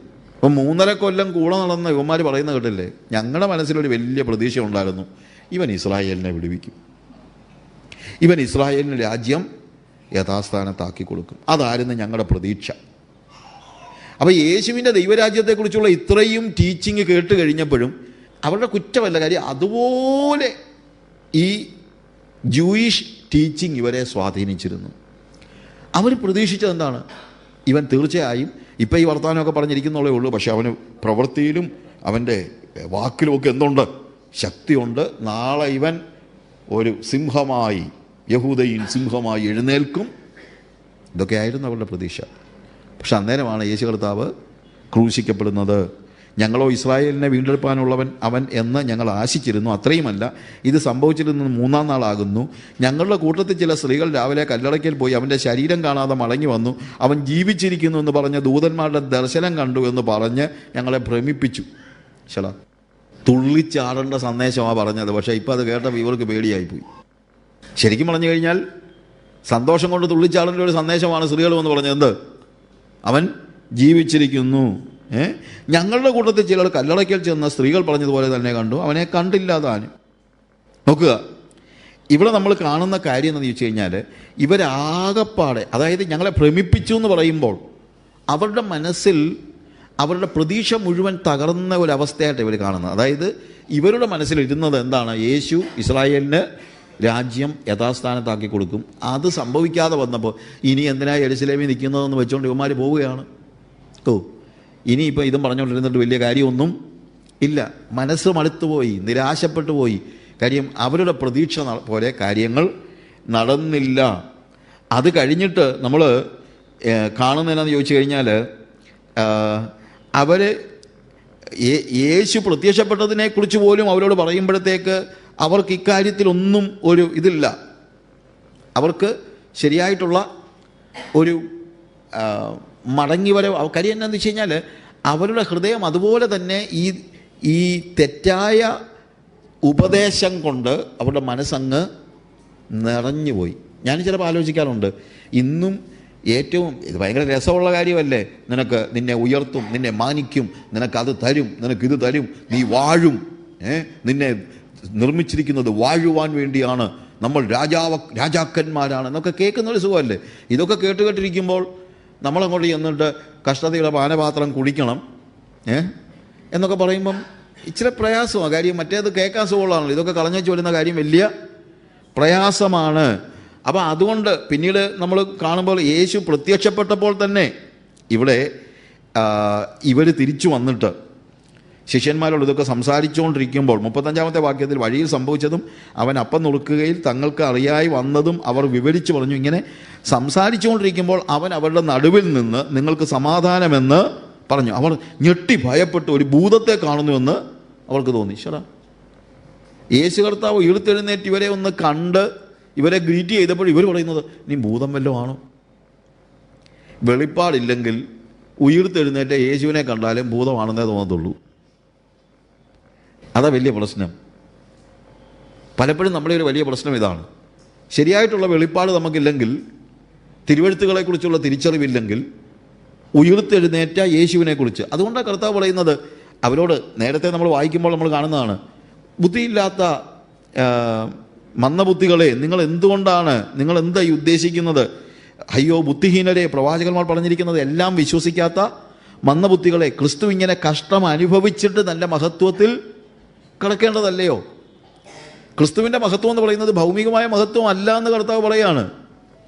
അവൻ ഇവിടെ കഷ്ടം അനുഭവിക്കുകയാണ്, പക്ഷേ അവൻ ഒരിക്കൽ മഹത്വത്തിൽ കടക്കും. നിങ്ങളും വരും. ഇതെല്ലാം ശരിയാണ്. പക്ഷേ ഇതെല്ലാം ഭൗതികമായ കാര്യങ്ങളുമായിട്ട് കൂട്ടിക്കുഴയ്ക്കുന്നതിനെയാണ്. നിങ്ങൾ എന്തൊരു ബുദ്ധിയില്ലാത്ത ആളുകളാണ്. എന്നിട്ട് അവൻ വിവരിച്ചു കൊടുക്കുന്നുണ്ട്. മോശ മുതൽ പ്രവാചകന്മാർ, അവിടെ പറഞ്ഞത് മോശ തുടങ്ങി സകല പ്രവാചകന്മാരിൽ നിന്നും എല്ലാ തിരുവെഴുത്തുകളിലും തന്നെക്കുറിച്ചുള്ളത് അവർക്ക് വ്യാഖ്യാനിച്ചു കൊടുത്തു. എന്നിട്ട് അവർ തിരിച്ചു വന്നു കഴിഞ്ഞിട്ട് ഇത് പറഞ്ഞപ്പം അവരും കൂടെ കൂടി നിന്ന് പറയുക ഭൂതമാണ്. എന്തൊരു കഷ്ടമാണ്. അപ്പോൾ ഉയിർത്തെഴുന്നേറ്റ് കഴിഞ്ഞിട്ടും ഇവരുടെ മനസ്സിൽ ഇപ്പോഴും എന്ത് മാത്രമേ കിടപ്പുള്ളൂ? ഇസ്രായേലിൻ്റെ രാജ്യം. അതാണ് ഞാൻ പറഞ്ഞത്, യേശു കർത്താവ് ഉയിർത്തെഴുന്നേറ്റ് കഴിഞ്ഞിട്ട് പോലും ശരിക്കും യേശുവിൻ്റെ ശിഷ്യന്മാരോടുള്ള എല്ലാ ഇടപെടലുകളിലും ദൈവരാജ്യത്തെക്കുറിച്ച് വേണ്ടത്ര തിരിച്ചറിവ്, വെളിപ്പാട് അവർക്ക് ലഭിച്ചിട്ടില്ലെന്ന് കർത്താവിന് മനസ്സിലായി. 3.5 കൊല്ലം പഠിപ്പിച്ചിട്ടും അവർക്ക് ശരിയായ വെളിപ്പാട് ലഭിച്ചില്ല. ഉയിർത്തെഴുന്നേറ്റിട്ടും അവർക്ക് ദൈവരാജ്യത്തെക്കുറിച്ചുള്ള ശരിയായ വെളിപ്പാട് ലഭിച്ചില്ല. ഞാനീ ഇമാജിൻ ചെയ്ത് പറയുന്ന 1-2 കാര്യങ്ങൾ. ചിലപ്പോൾ യേശുവും ദൈവവുമായിട്ടൊരു സംഭാഷണം നടന്ന് കാണുമെന്ന് ഞാനിങ്ങനെ ആലോചിക്കുക. വേദത്തിൽ എഴുതിയ കാര്യമൊന്നുമല്ല. യേശു പിതാവിനോട് പറഞ്ഞാണ്, എൻ്റെ പിതാവേ, ഞാൻ ആകെപ്പാടെ വല്ലാത്തൊരവസ്ഥയിലാണ്. നീ എന്നെ ഈ ഭൂമിയിലോട്ട് വിട്ടു ദൈവരാജ്യം പ്രസംഗിക്കാനും ദൈവരാജ്യം ഉണ്ടാക്കാനും. ഞാൻ അതിനു വേണ്ടി, ദൈവരാജ്യത്തിന് വേണ്ടി എൻ്റെ ജീവനെ കൊടുത്തു. എൻ്റെ ശിഷ്യന്മാർക്കൊന്നും ഇതുവരെ ഇത് മനസ്സിലായില്ല. 3.5 കൊല്ലം ഞാൻ ഇവന്മാരെ പഠിപ്പിച്ചിട്ടും ഇത് ശരിയായില്ല. ഇത് ഇവന്മാർക്ക് എന്ത് ചെയ്യാൻ പറ്റിയിട്ടില്ല, ഗ്രഹിക്കാൻ കഴിഞ്ഞിട്ടില്ല. അപ്പം ഞാൻ ചിന്തിച്ചത് ഉയിർത്തെഴുന്നേറ്റ് കഴിയുമ്പോഴെങ്കിലും ഇവരിത് മനസ്സിലാക്കുമെന്ന്. ഇപ്പോഴും മനസ്സിലായിട്ടില്ല. ഞാൻ ഇവന്മാരോട് സംസാരിക്കുമ്പോഴൊന്നും ഇവന്മാർക്ക് ഇത് ഗ്രഹിക്കുന്നില്ല. അവർ പറയുന്നത് ഇസ്രായേലിന് രാജ്യം യഥാസ്ഥാനത്താക്കി കൊടുക്കുന്ന കാര്യമാണ്. അപ്പോൾ ദൈവരാജ്യത്തെക്കുറിച്ച് ഞാൻ ഇത്രയും നാൾ പഠിപ്പിച്ചത് ഇവന്മാർക്ക് ഗ്രഹിക്കാൻ കഴിഞ്ഞില്ല. ഒരു കാര്യം ചെയ്യാമോ പിതാവേ, എൻ്റെ ആ വിസ ഒരു 40 ദിവസം കൂടെ ഒന്ന് എക്സ്റ്റെൻഡ് ചെയ്ത് തരാമോ? വിസയെ കാര്യം ഉയിർത്തെഴുന്നേറ്റ് കഴിഞ്ഞിട്ട് പിന്നെ പ്രത്യേകിച്ച് ഇവിടെ നിൽക്കേണ്ട കാര്യമൊന്നുമില്ലല്ലോ ശരിക്കും പറഞ്ഞാൽ. അപ്പോൾ ആ വിസ ഒന്ന് എക്സ്റ്റെൻഡ് ചെയ്ത് തരാമോ? എന്തിനാന്ന് ചോദിച്ചു കഴിഞ്ഞാൽ, ഞാൻ ഒരു 40 ദിവസം കൂടി ഇവന്മാരെ ഒന്ന് പഠിപ്പിച്ച് നോക്കട്ടെ, ഒരു 40 ഡേയ്സ് കൂടെ ഒന്ന് പഠിപ്പിച്ച് നോക്കട്ടെ. അവിടെ നമ്മൾ കാണുന്നതാണ്, ഈ 40 ദിവസം അവൻ എന്ത് ചെയ്തെന്ന് എഴുതിയിരിക്കുന്നത്. അവിടെ എഴുതിയിരിക്കുന്നത്, അവൻ കഷ്ടമനുഭവിച്ച ശേഷം 40 നാളോളം അവർക്ക് പ്രത്യക്ഷനായി ദൈവരാജ്യം സംബന്ധിച്ച കാര്യങ്ങൾ പറഞ്ഞുകൊണ്ട്. ഓക്കെ, അപ്പം പിന്നെ 40 ദിവസം ഇവർ പഠിപ്പിക്കുകയാണ്. 40 ദിവസം പഠിപ്പിച്ചു. പ്രശ്നം എന്നാണെന്നറിയാമോ? ഈ 40 ദിവസം കൊണ്ട് ഇവർ മനസ്സിലാക്കിയില്ല. അത് നമ്മൾ താഴോട്ട് വായിക്കുമ്പോൾ, താൻ ജീവിച്ചിരിക്കുന്ന അനേകം ദൃഷ്ടാന്തങ്ങളെ അവൾ കാണിച്ചു കൊടുത്തു. അങ്ങനെ അവർ അവരുമായി കൂടിയിരിക്കുമ്പോൾ അവരോട്, നിങ്ങൾ യെരൂശലേമിൽ നിന്ന് വാങ്ങിപ്പോകാതെ എന്നോട് കേട്ട പിതാവിൻ്റെ വാഗ്ദത്തത്തിനായി കാത്തിരിക്കണം. യോഹന്നാൻ വെള്ളം കൊണ്ട് സ്നാനം കഴിപ്പിച്ചു, നിങ്ങൾക്കോ ഇനി ഏറെ നാൾ കഴിയും മുമ്പേ പരിശുദ്ധാത്മാവ് കൊണ്ട് സ്നാനം ലഭിക്കുമെന്ന് പറഞ്ഞു. അടുത്ത വാക്യം ശ്രദ്ധിക്കണം. ഒരുമിച്ച് കൂടിയിരുന്നപ്പോൾ അവർ അവനോട്, കർത്താവേ, നീ ഇസ്രായേലിന് ഈ കാലത്തിലോ രാജ്യം യഥാസ്ഥാനത്താക്കി കൊടുക്കുന്നത്? എൻ്റെ ഭാഷ പറഞ്ഞാൽ കർത്താവിൻ്റെ ചങ്ക് പൊട്ടി കാണും. 3.5 കൊല്ലം ഇതെല്ലാം പഠിപ്പിച്ചു, സ്വന്തം ജീവൻ കൊടുത്തു, ഉയിർത്തെഴുന്നേറ്റിട്ട് അവർക്ക് പ്രത്യക്ഷനായി, ദൈവരാജ്യത്തെക്കുറിച്ച് പിന്നെ 40 ദിവസം പഠിപ്പിച്ചു. എന്നിട്ടും ഒരുമിച്ച് കൂടിയപ്പോൾ ചോദിക്കുക, അപ്പോൾ കർത്താവെ, ഇപ്പോഴാണോ ഇസ്രായേലിന് രാജ്യം യഥാസ്ഥാനത്താക്കി കൊടുക്കുന്നത്?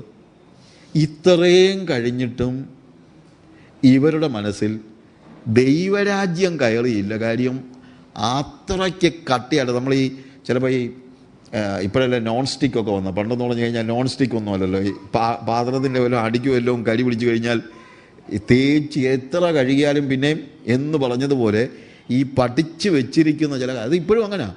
ചില ആളുകൾ ഓരോന്ന് പഠിച്ച് വെച്ച് കഴിഞ്ഞാൽ പിന്നെ ഭയങ്കര പാടാ അതൊന്ന് മാറ്റിയെടുക്കാൻ, ഇല്ലേ? അതുപോലെ യേശു ഇത്രയും പഠിപ്പിച്ചിട്ട് ഇതൊന്ന് മാറ്റിയെടുക്കാൻ കഴിയുന്നില്ല. കർത്താവ് ആകെപ്പാടെ ഒരു വല്ലാത്ത ഒരു സ്റ്റേജിലായി. എന്നിട്ട് നമ്മൾ 4-ാമത്തെ വാക്യം തുടരുള്ളത് നമുക്ക് പിന്നെ വായിക്കാം, അത് പിന്നെ വരാം.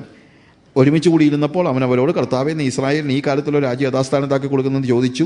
അവൻ അവരോട്, പിതാവ് തൻ്റെ സ്വന്തം അധികാരത്തിൽ വെച്ചിട്ടുള്ള കാലങ്ങളെയോ സമയങ്ങളെയോ അറിയുന്നത് നിങ്ങൾക്കുള്ളതല്ല. ഇസ്രായേലിന് രാജ്യം യഥാസ്ഥാനത്താക്കി കൊടുക്കത്തില്ലെന്നൊന്നും കർത്താവ് പറഞ്ഞില്ല. പക്ഷേ അതൊന്നും അറിയേണ്ട കാര്യമൊന്നും നിങ്ങൾക്ക് ഇല്ല. ഞാൻ ആ ഭാഗങ്ങൾ നമുക്ക് വരാം. എന്നാൽ പരിശുദ്ധാത്മാവ് നിങ്ങളുടെ മേൽ വരുമ്പോൾ, എന്താ അവിടെ പറയുന്നത്? പരിശുദ്ധാത്മാവ് നിങ്ങളുടെ മേൽ വരുമ്പോൾ നിങ്ങൾ ശക്തി ലഭിച്ചിട്ട് യെരുശലേമിലും യഹൂദയിലെല്ലായിടത്തും ശമരിയയിലും ഭൂമിയുടെ അറ്റത്തോളവും എൻ്റെ സാക്ഷികൾ ആകും എന്ന് പറഞ്ഞു. അപ്പം ഞാൻ ഈ വാക്യം കർത്താവ് പറയുമ്പോൾ മുകളിൽ പറഞ്ഞതുമായിട്ട് ബന്ധപ്പെടുത്തി പറയുന്നതെന്നറിയുമ്പോഴാണ് ഇതിൻ്റെ യഥാർത്ഥത്തിലുള്ള അർത്ഥം നമ്മൾ മനസ്സിലാക്കുന്നത്. ഞാൻ പല സ്റ്റേജുകളിൽ ചോദിച്ചിട്ടുണ്ട്, ടീച്ച് ചെയ്യുമ്പോൾ ചോദിച്ചിട്ടുണ്ട്, ഈ വാക്യത്തിലെ ഏറ്റവും കൂടുതൽ ശക്തീകരണം കൊടുക്കേണ്ട വാക്കെന്താണ്? എന്നാൽ പരിശുദ്ധാത്മാവ് നിങ്ങളുടെ മേൽ വരുമ്പോൾ നിങ്ങൾ ശക്തി ലഭിച്ചിട്ട് യെരുശലേമിലും യഹൂദിയിൽ എല്ലായിടത്തും ശമരിയയിലും ഭൂമിയുടെ അറ്റത്തോളവും എൻ്റെ സാക്ഷികൾ ആകും. When the Spirit of the Lord will come upon you, you shall receive power, and you shall be my witnesses in Jerusalem, all Judea, Samaria, and to the ends of the earth. ഇതിനകത്തെ most emphatic word എന്താണ്? ഏറ്റവും ശക്തീകരണം കൊടുക്കേണ്ട വാക്ക്. ഇപ്പം നിങ്ങളോട് ചോദിച്ചാൽ നിങ്ങൾ ഓരോന്ന് പറയാൻ തുടങ്ങും.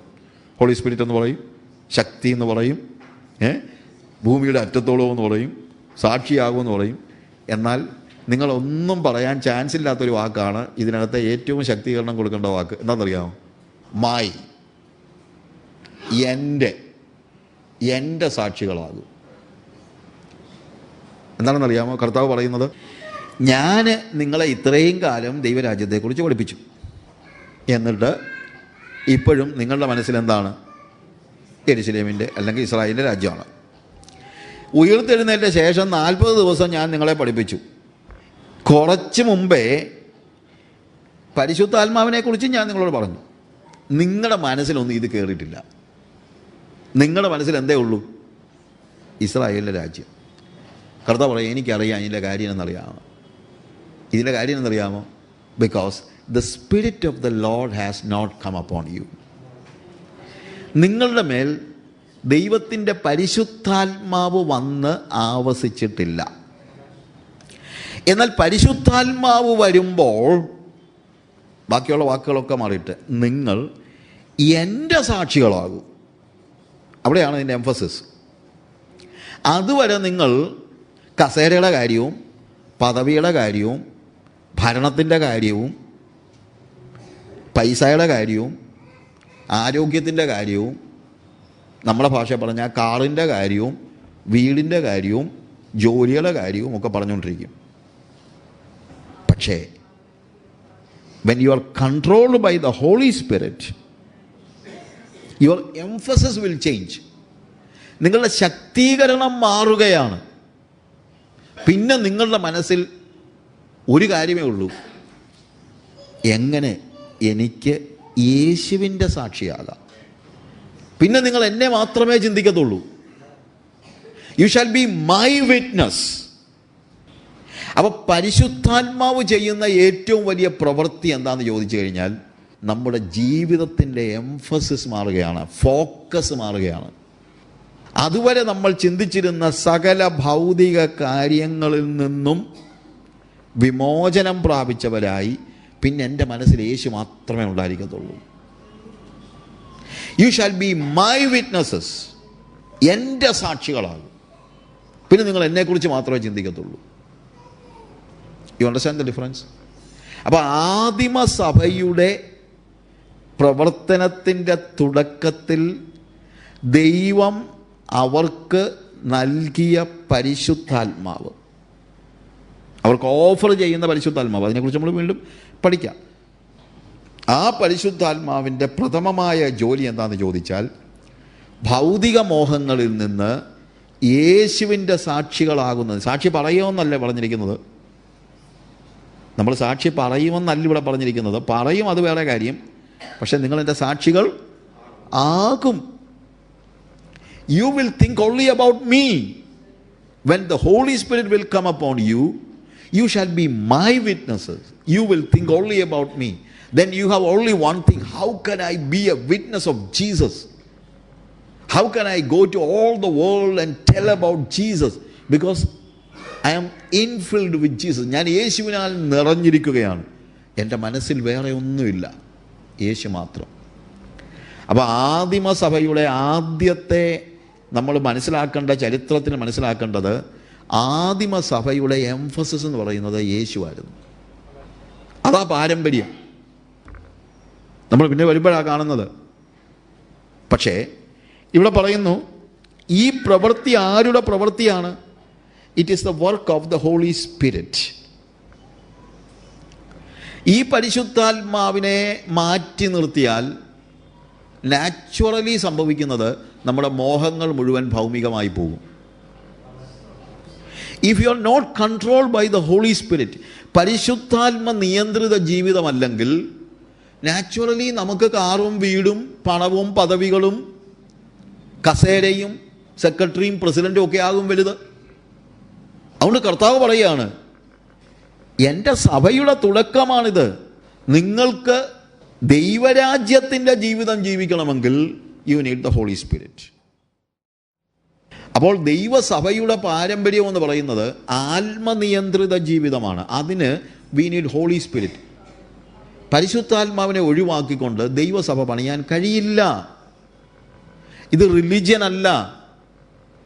മതം പണിയാൻ പറ്റും, പക്ഷേ സഭ പണിയാൻ പറ്റില്ല. ഇന്ന് സഭ എന്ന് ആളുകൾ പറയുന്നതെല്ലാം മതമാണ്. ഈ പാരമ്പര്യം എന്നൊക്കെ പറയുന്നത് മതപാരമ്പര്യമാണ്, സഭാപാരമ്പര്യമല്ല. അവർ സഭാപിതാക്കന്മാരെന്നൊക്കെ പറയുന്നവർ ശരിക്കും പറഞ്ഞു കഴിഞ്ഞാൽ സഭാപിതാക്കന്മാരല്ല, മതപിതാക്കന്മാരാണ്. You see the difference?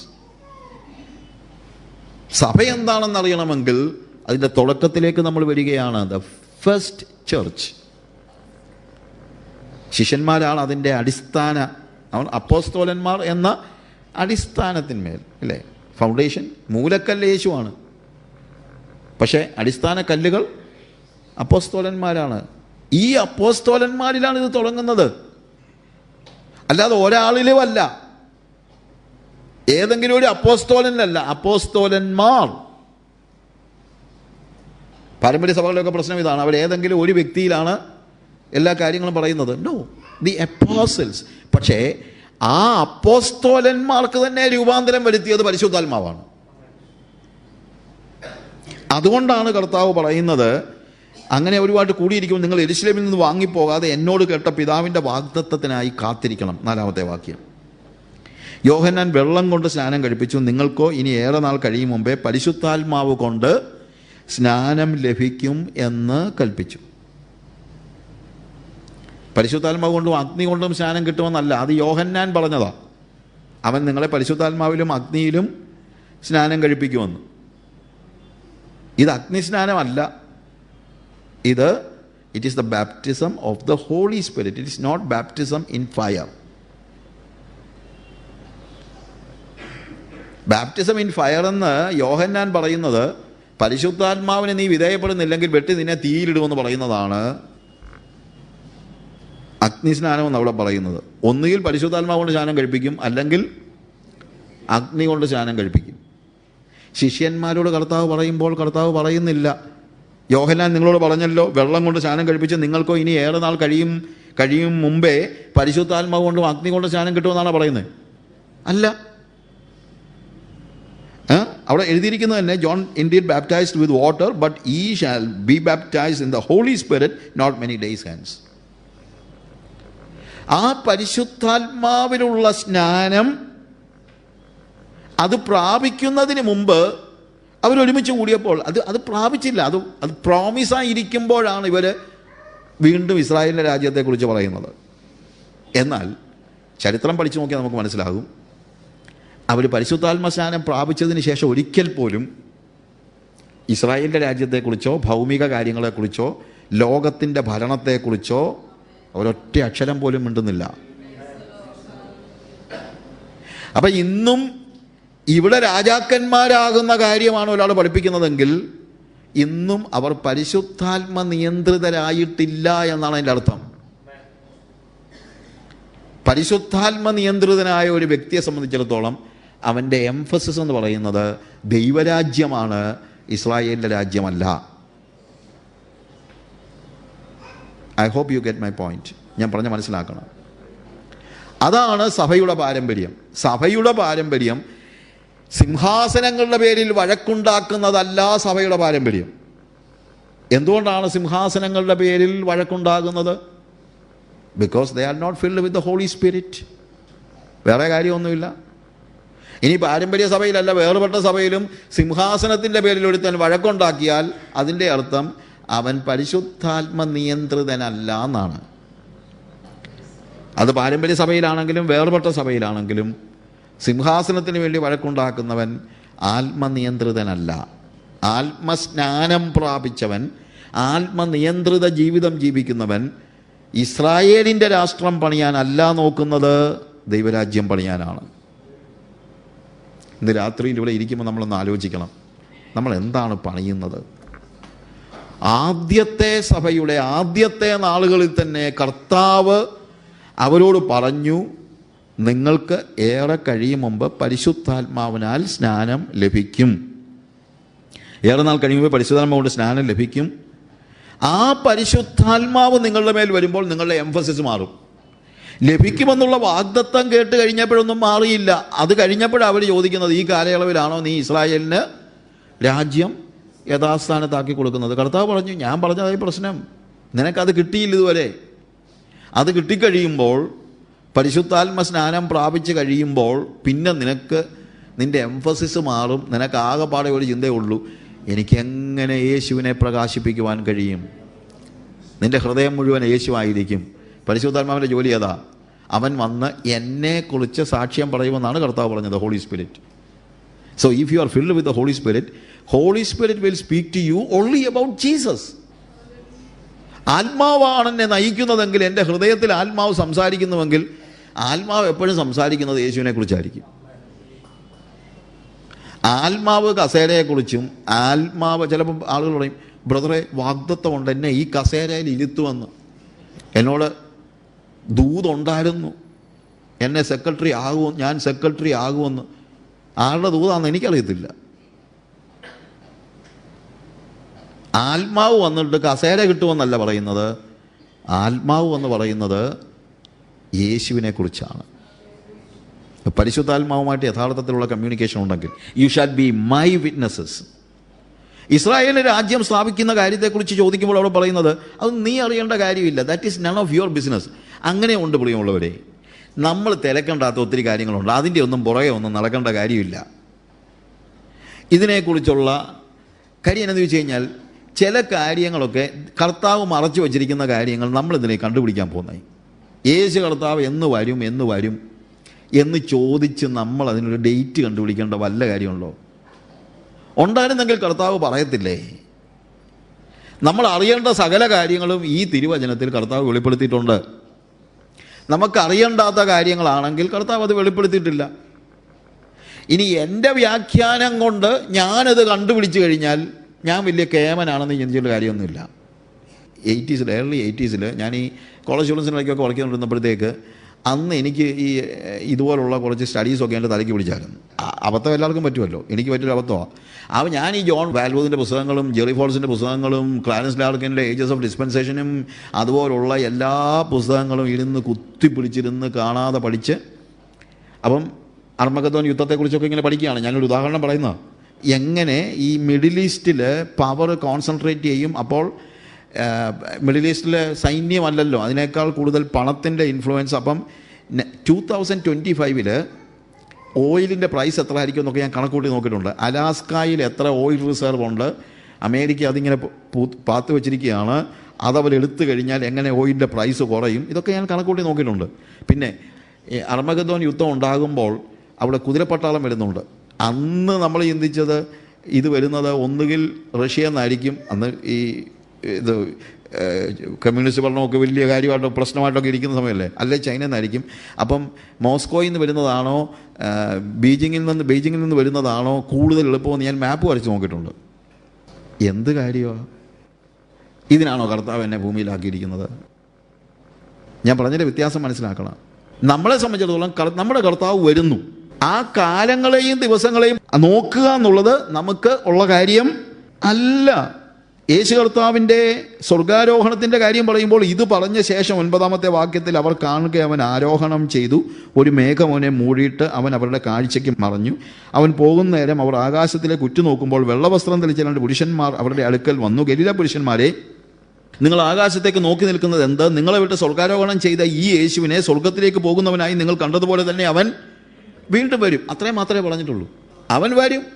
യേശു കർത്താവിൻ്റെ 2-ാമത്തെ വരവെന്ന് പറയുന്ന ഒരു യാഥാർത്ഥ്യമാണ്. അത് വേദോത്സവം പഠിപ്പിച്ചിരിക്കുന്ന, വ്യക്തമായി ക്ലിയറായിട്ട് പഠിപ്പിച്ചിരിക്കുകയാണ്. എൻ്റെ ചുമതല അവൻ്റെ വരവെങ്കിൽ അവൻ എടുക്കപ്പെടുവാനായിട്ട് ഞാൻ എന്നെ തന്നെ ഒരുക്കുക എന്നുള്ളതാണ്. അതിപ്പോൾ എന്ന് വന്നാലും, നാളെ വന്നാലും, മറ്റന്നാളിൽ വന്നാലും അതിനൊന്നും ഇനിയും അതിൻ്റെ തെളിവുകൾ നമ്മുടെ ഇവിടെയൊക്കെ നടക്കുന്ന ഓരോ കാര്യങ്ങളെല്ലാം വെച്ചുകൊണ്ട് 666 ഇതിലേ വരും.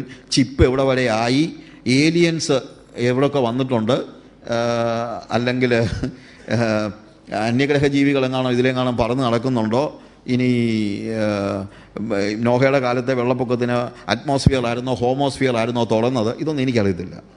സയൻസും ബൈബിളും കൂടെ ഉള്ള വലിയ പഠനങ്ങളും മറ്റുള്ള കാര്യങ്ങളും ആ സമയത്ത് മാനമര്യാദയ്ക്ക് യേശുവിനെക്കുറിച്ച് ചിന്തിക്കുക. നീ ഇങ്ങനെയുള്ള വെറുതെ മനുഷ്യനെ ഒരു വട്ട് പിടിപ്പിക്കുന്ന കേസിലേക്കൊക്കെ കൊണ്ടുപോകാതെ. ഇത് പറയുന്നവർക്ക് ഇതുപോലെ അറിയാമോ? അതുമില്ല. അതും പോട്ടെ. ഇനി അറിയാമെങ്കിൽ പോലും എത്ര ജ്ഞാനികളാണെന്ന് പറഞ്ഞാലും, ഇതുവരെ പറഞ്ഞ പോലെ ആരും ഇത്ര വലിയ ജ്ഞാനികളൊന്നും അല്ല പറഞ്ഞത്. പക്ഷേ ഇനി അങ്ങനെ അറിയാമെങ്കിൽ പോലും എൻ്റെ ചുമതല എന്ന് പറയുന്നത് ഇവിടെ സയൻസ് വെച്ച് കാര്യങ്ങളൊക്കെ പറഞ്ഞ് യേശുവിൻ്റെ വരവ് എന്ന് സംഭവിക്കുമെന്ന് ഡേറ്റ് തീരുമാനിക്കുന്നതല്ല എൻ്റെ ചുമതല.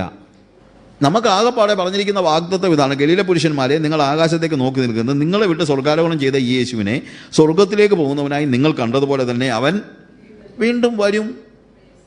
അവൻ്റെ വരവിന് വേണ്ടി സഭയെ ഒരുക്കുക എന്നുള്ളതാണ് എൻ്റെ ചുമതല. അല്ലാതെ അതിൻ്റെ ഡേറ്റ് കണ്ടുപിടിക്കുക എന്നുള്ളതൊന്നും അല്ല എൻ്റെ ചുമതല. അവൻ ഇന്ന് വന്നാലും പോകത്തക്ക രീതിയിൽ ഞാൻ ഒരുങ്ങണം. എൻ്റെ സഭയെ ഞാൻ ഒരുക്കണം. സഭയുടെ പ്രധാനപ്പെട്ട ഒരു ചുമതല എന്താണെന്ന് ചോദിച്ചാൽ കർത്താവിൻ്റെ വരവിന് വേണ്ടി സഭയെ ഒരുക്കുക എന്ന് പറയുന്നതാണ്. അതിന് സംശയമൊന്നുമില്ല. അപ്പോൾ ആദ്യ നൂറ്റാണ്ടിലെ ആദ്യത്തെ സഭയുടെ ആദ്യ ദിനങ്ങളിൽ തന്നെ ഈ പ്രോമിസ് അവർക്ക് കൊടുത്തു കർത്താവ്. അതായത് യേശു സ്വർഗാരോഹണം ചെയ്തു, എന്നാൽ അവൻ വീണ്ടും മടങ്ങി വരും എന്നുള്ള പ്രോമിസ് കൊടുത്തു. അവൻ മടങ്ങി വരുമെന്നുള്ള പ്രോമിസ് അവൻ തന്ന വാഗ്ദത്തമാണ്. അതിനുവേണ്ടി ഞാൻ കാത്തിരിക്കുന്നു. എന്നാൽ അതിന് മുമ്പ് നമുക്ക് നൽകിയിരിക്കുന്നൊരു വാഗ്ദത്തമുണ്ട്. അവൻ മടങ്ങി വരുന്നതിന് മുമ്പേ തന്നെ നമുക്ക് പ്രാപിക്കാനുള്ളതാണ് പരിശുദ്ധാത്മാവ്. കാത്തിരുന്ന് നമുക്ക് ആവശ്യമായിരിക്കുന്നത് എന്താണ്? When we live here what we need is the holy Spirit, പരിശുദ്ധാത്മാവ്. ആ പരിശുദ്ധാത്മാവ് നമ്മുടെ മേൽ വരുമ്പോൾ നമ്മുടെ എംഫസിസ് മാറുകയാണ്, കംപ്ലീറ്റായിട്ട് മാറുകയാണ്. പിന്നെ ഞാൻ ചിന്തിക്കുന്നത് യേശുവിനെക്കുറിച്ച് മാത്രമായിരിക്കും. അവൻ്റെ വരവ് തീർച്ചയായിട്ടും നടക്കും, അതിന് സംശയമൊന്നുമില്ല.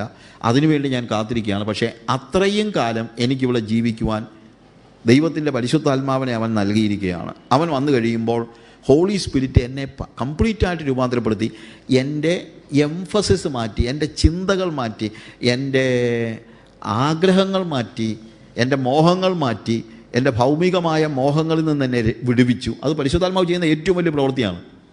ഇപ്പോഴും ആളുകൾ ഭൗമിക കാര്യങ്ങളെക്കുറിച്ച് പ്രസംഗിക്കുകയും പഠിപ്പിക്കുകയും പഠിക്കുകയും കേൾക്കുകയും രസിക്കുകയും ചെയ്യുന്നതിൻ്റെ കാരണം യഥാർത്ഥത്തിൽ പരിശുദ്ധാത്മാവിലുള്ള ഒരു ജീവിതം അവർ ജീവിക്കുന്നില്ല എന്നുള്ളതാണ്.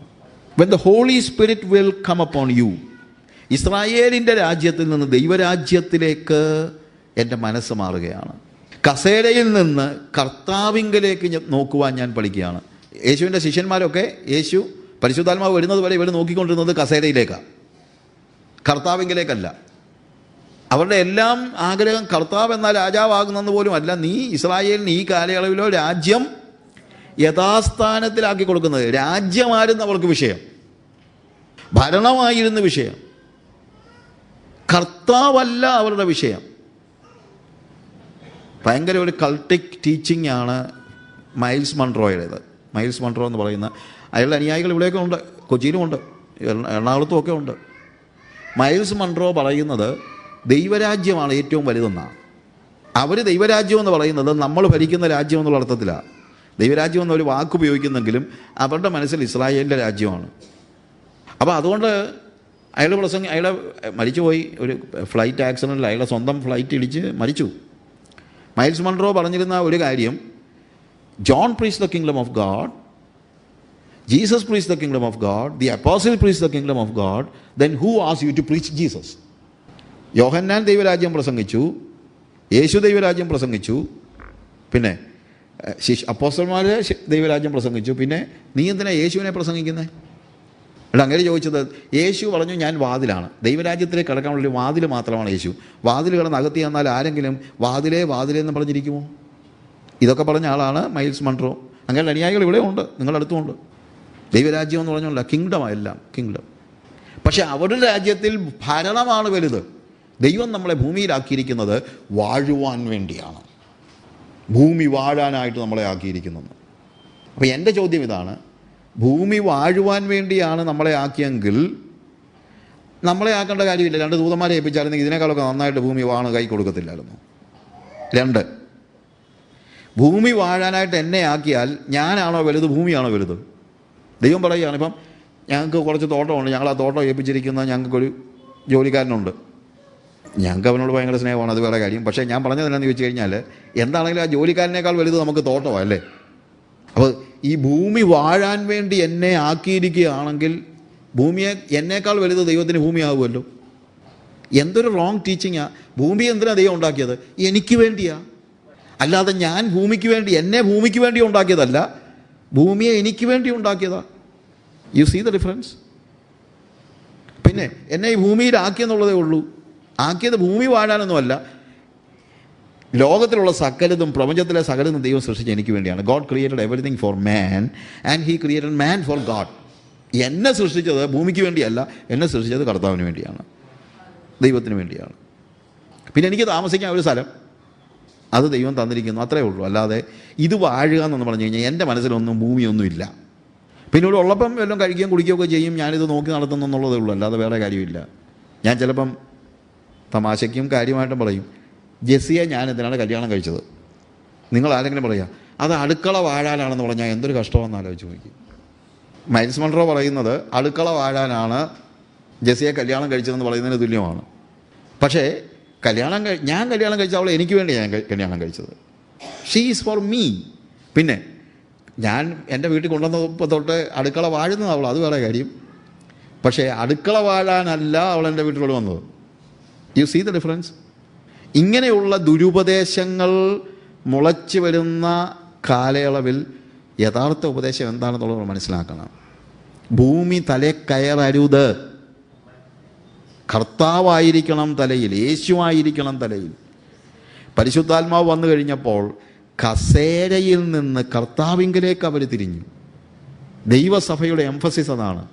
ദൈവസഭയുടെ എംഫസിസ് കസേരയല്ല, ദൈവസഭയുടെ എംഫസിസ് ഭൂമിയല്ല, ദൈവസഭയുടെ എംഫസിസ് സമ്പത്തല്ല, ദൈവസഭയുടെ എംഫസിസ് പദവികളല്ല, ഭരണമല്ല. ദൈവസഭയുടെ എംഫസിസ് കർത്താവാണ്. ആ യേശുവിനെ മാത്രം കണ്ടുകൊണ്ട്, യേശുവിനെ മാത്രം ആരാധിച്ചുകൊണ്ട്, യേശുവിനെ മാത്രം സ്നേഹിച്ചുകൊണ്ട് ഈ ഭൂമിയിൽ ഞാൻ ആയിരിക്കുന്ന സമയം അത്രയും യേശുവിനോട് ചേർന്ന് വസിക്കാനായിട്ട് എന്നെ ദൈവം ഭൂമിയിൽ നിർത്തിയിരിക്കുന്നു. അതിനെന്നെ സഹായിക്കുന്നത് പരിശുദ്ധാത്മാവാണ്. എൻ്റെ എംഫസിസ് ചേഞ്ച്. പിന്നെ ഒരിക്കലും നമ്മൾ എന്താകത്തില്ല, ഈ കസേര കളിക്ക് പോകത്തില്ല, പണത്തിന് പോകത്തില്ല, പദവികൾക്ക് പോകത്തില്ല. കർത്താവിനെ മാത്രം എൻ്റെ സാക്ഷികളാകും. എൻ്റെ എന്നുള്ളതാണ് അവിടെ എംഫസിസ് ഞാൻ പറഞ്ഞു. U shall be my witnesses. ഇനി നാളെ തൊട്ട് നിങ്ങൾ പരിശുദ്ധാത്മാവ് വന്നു കഴിഞ്ഞാൽ പിന്നെ നിങ്ങൾ ഇസ്രായേലിൻ്റെ രാജ്യം എന്ന് പറഞ്ഞുകൊണ്ടിരിക്കത്തില്ല. പിന്നെ ഈ സാക്ഷികളാകുമെന്ന് പറയുന്നതും ഒരു കോർട്ട് ടേമാണ്. കോർട്ട് ടേം എന്ന് പറഞ്ഞു കഴിഞ്ഞാൽ കോർട്ടിൽ ഉപയോഗിക്കുന്നൊരു വാക്കാണ് സാക്ഷി. ഇപ്പം ഞാൻ ഒരു അവകാശവാദം മുഴക്കി കോടതിയിൽ ചെന്നിട്ട് ഞാൻ എന്തെങ്കിലും കോടതിയിൽ ഞാൻ പറയുകയാണ് ഇന്ന ഇന്ന കാര്യങ്ങൾ ഇങ്ങനെയാണ് എന്ന് ഞാൻ പറഞ്ഞു കഴിഞ്ഞാൽ, അല്ലെങ്കിൽ ഞാൻ ഈ വ്യക്തിക്ക് 10 ലക്ഷം രൂപ കൊടുത്തു, കോടതി ചോദിക്കുന്ന ഒരു ചോദ്യമുണ്ട്, സാക്ഷി. അപ്പോൾ എൻ്റെ അവകാശവാദം ശരിയാണെന്ന് തെളിയിക്കണമെങ്കിൽ ഞാൻ സാക്ഷിയെ കൊണ്ടുവരണം. പഴയ നിയമത്തിലും യെശയ്യാവിൻ്റെ പ്രവചനത്തിൽ കർത്താവ് തന്നെ പറയുന്നൊരു കാര്യമുണ്ട്, ഞാൻ ഇസ്രായേലിൻ്റെ ജീവിതത്തിൽ ചെയ്തതുപോലെ ഏതെങ്കിലും ദൈവം അവരുടെ ജനതയോട് ചെയ്തിട്ടുണ്ടോ, ഉണ്ടെങ്കിൽ അവർ സാക്ഷികളെ കൊണ്ടുവരട്ടെ. എന്നാൽ എൻ്റെ അവകാശവാദം ശരിയാണെന്ന് തെളിയിക്കാനുള്ള സാക്ഷികൾ നിങ്ങളാണ്. You are my witnesses. ഇതേ ടേമാണ് ഇവിടെ ഉപയോഗിച്ചിരിക്കുന്നത്. ഞാൻ യേശുവിൻ്റെ സാക്ഷിയാണ്. എന്താണ് സാക്ഷ്യം? യേശുവിൻ്റെ വാദങ്ങൾ ശരിയാണെന്ന് തെളിയിക്കുന്നതിനുള്ള സാക്ഷിയാണ് ഞാൻ. യേശു എന്തെങ്കിലും അവകാശവാദം മുഴക്കിയിട്ടുണ്ടെങ്കിൽ അത് തെളിയിക്കുക എന്നുള്ള ചുമതല എൻ്റെയാണ്. യേശു സമാധാന പ്രഭു എന്ന് ഒരു അവകാശവാദം യേശു മുഴക്കി, അല്ലെങ്കിൽ കർത്താവ് പറയാണ്, ഞാൻ നിങ്ങൾക്ക് സമാധാനം തരുവാനായിട്ട് വന്നു, എൻ്റെ സമാധാനം ഞാൻ നിങ്ങൾക്ക് തരുന്നു, ലോകം തരുന്നത് പോലെയല്ല. അപ്പം ഞാൻ യേശുവിൻ്റെ സാക്ഷിയാണെങ്കിൽ മറ്റുള്ളവർ എന്നിൽ ആ സമാധാനം കാണണം. എൻ്റെ അവകാശവാദം ശരിയാണെന്ന് തെളിയിക്കുന്ന ആളാണ് എൻ്റെ സാക്ഷി. ഞാനിതിന് ഉദാഹരണമായിട്ട് പറയാറുള്ള ഇത് നമ്മുടെ ഈ ആന്ധ്രയിൽ പണ്ടൊരു മത്സ്യ ചികിത്സ ഉണ്ടായിരുന്നു, ഇപ്പോഴും ഉണ്ടെന്ന് തോന്നുന്നു. എന്തോ ഈ ആസ്മ ആയിക്കുള്ള ഒരു ചികിത്സ, ഒരു മത്സ്യ ചികിത്സ. അപ്പോൾ എൻ്റെ ഒരു കൂട്ടുകാരൻ ഭയങ്കര ആസ്മാറ്റിക്കാണ്. അപ്പോൾ ഞാൻ ഇയാളോട് പറഞ്ഞു, എൻ്റെ പൊന്ന് തോമസൂട്ടി, നീ എന്തിനാ ഇങ്ങനെ കഷ്ടപ്പെടുന്നത്? അടുത്ത പ്രാവശ്യം ആ മത്സ്യ ചികിത്സ നടക്കുമ്പോൾ അവിടെ ഒന്ന് ചെല്ലേ. അവിടെ ചെന്ന് കഴിഞ്ഞാൽ നീ ആ മരുന്ന് കഴിച്ചു കഴിഞ്ഞാൽ നിൻ്റെ ആസ്മ സമ്പൂർണ്ണമായിട്ട് മാറും. തോമസൂട്ടി പറഞ്ഞു, അതൊന്നും നടപ്പുള്ള കാര്യം, ഇതെന്നെ കൊണ്ടേ പോകൂ, ഈ ആസ്മ ഒന്നും മാറുന്നതൊന്നും അല്ല. എന്നാൽ ഞാൻ പറഞ്ഞു, അങ്ങനല്ല, നമ്മുടെ ചാക്കോച്ചനില്ലേ, ചാക്കോച്ചൻ ഇതിനേക്കാൾ വലിയ ആസ്മാറ്റിക് പേഷ്യൻ്റായിരുന്നു. അവൻ കഴിഞ്ഞ പ്രാവശ്യം പോയി അവൻ്റെ ആസ്മ കംപ്ലീറ്റ് ആയിട്ട് മാറി.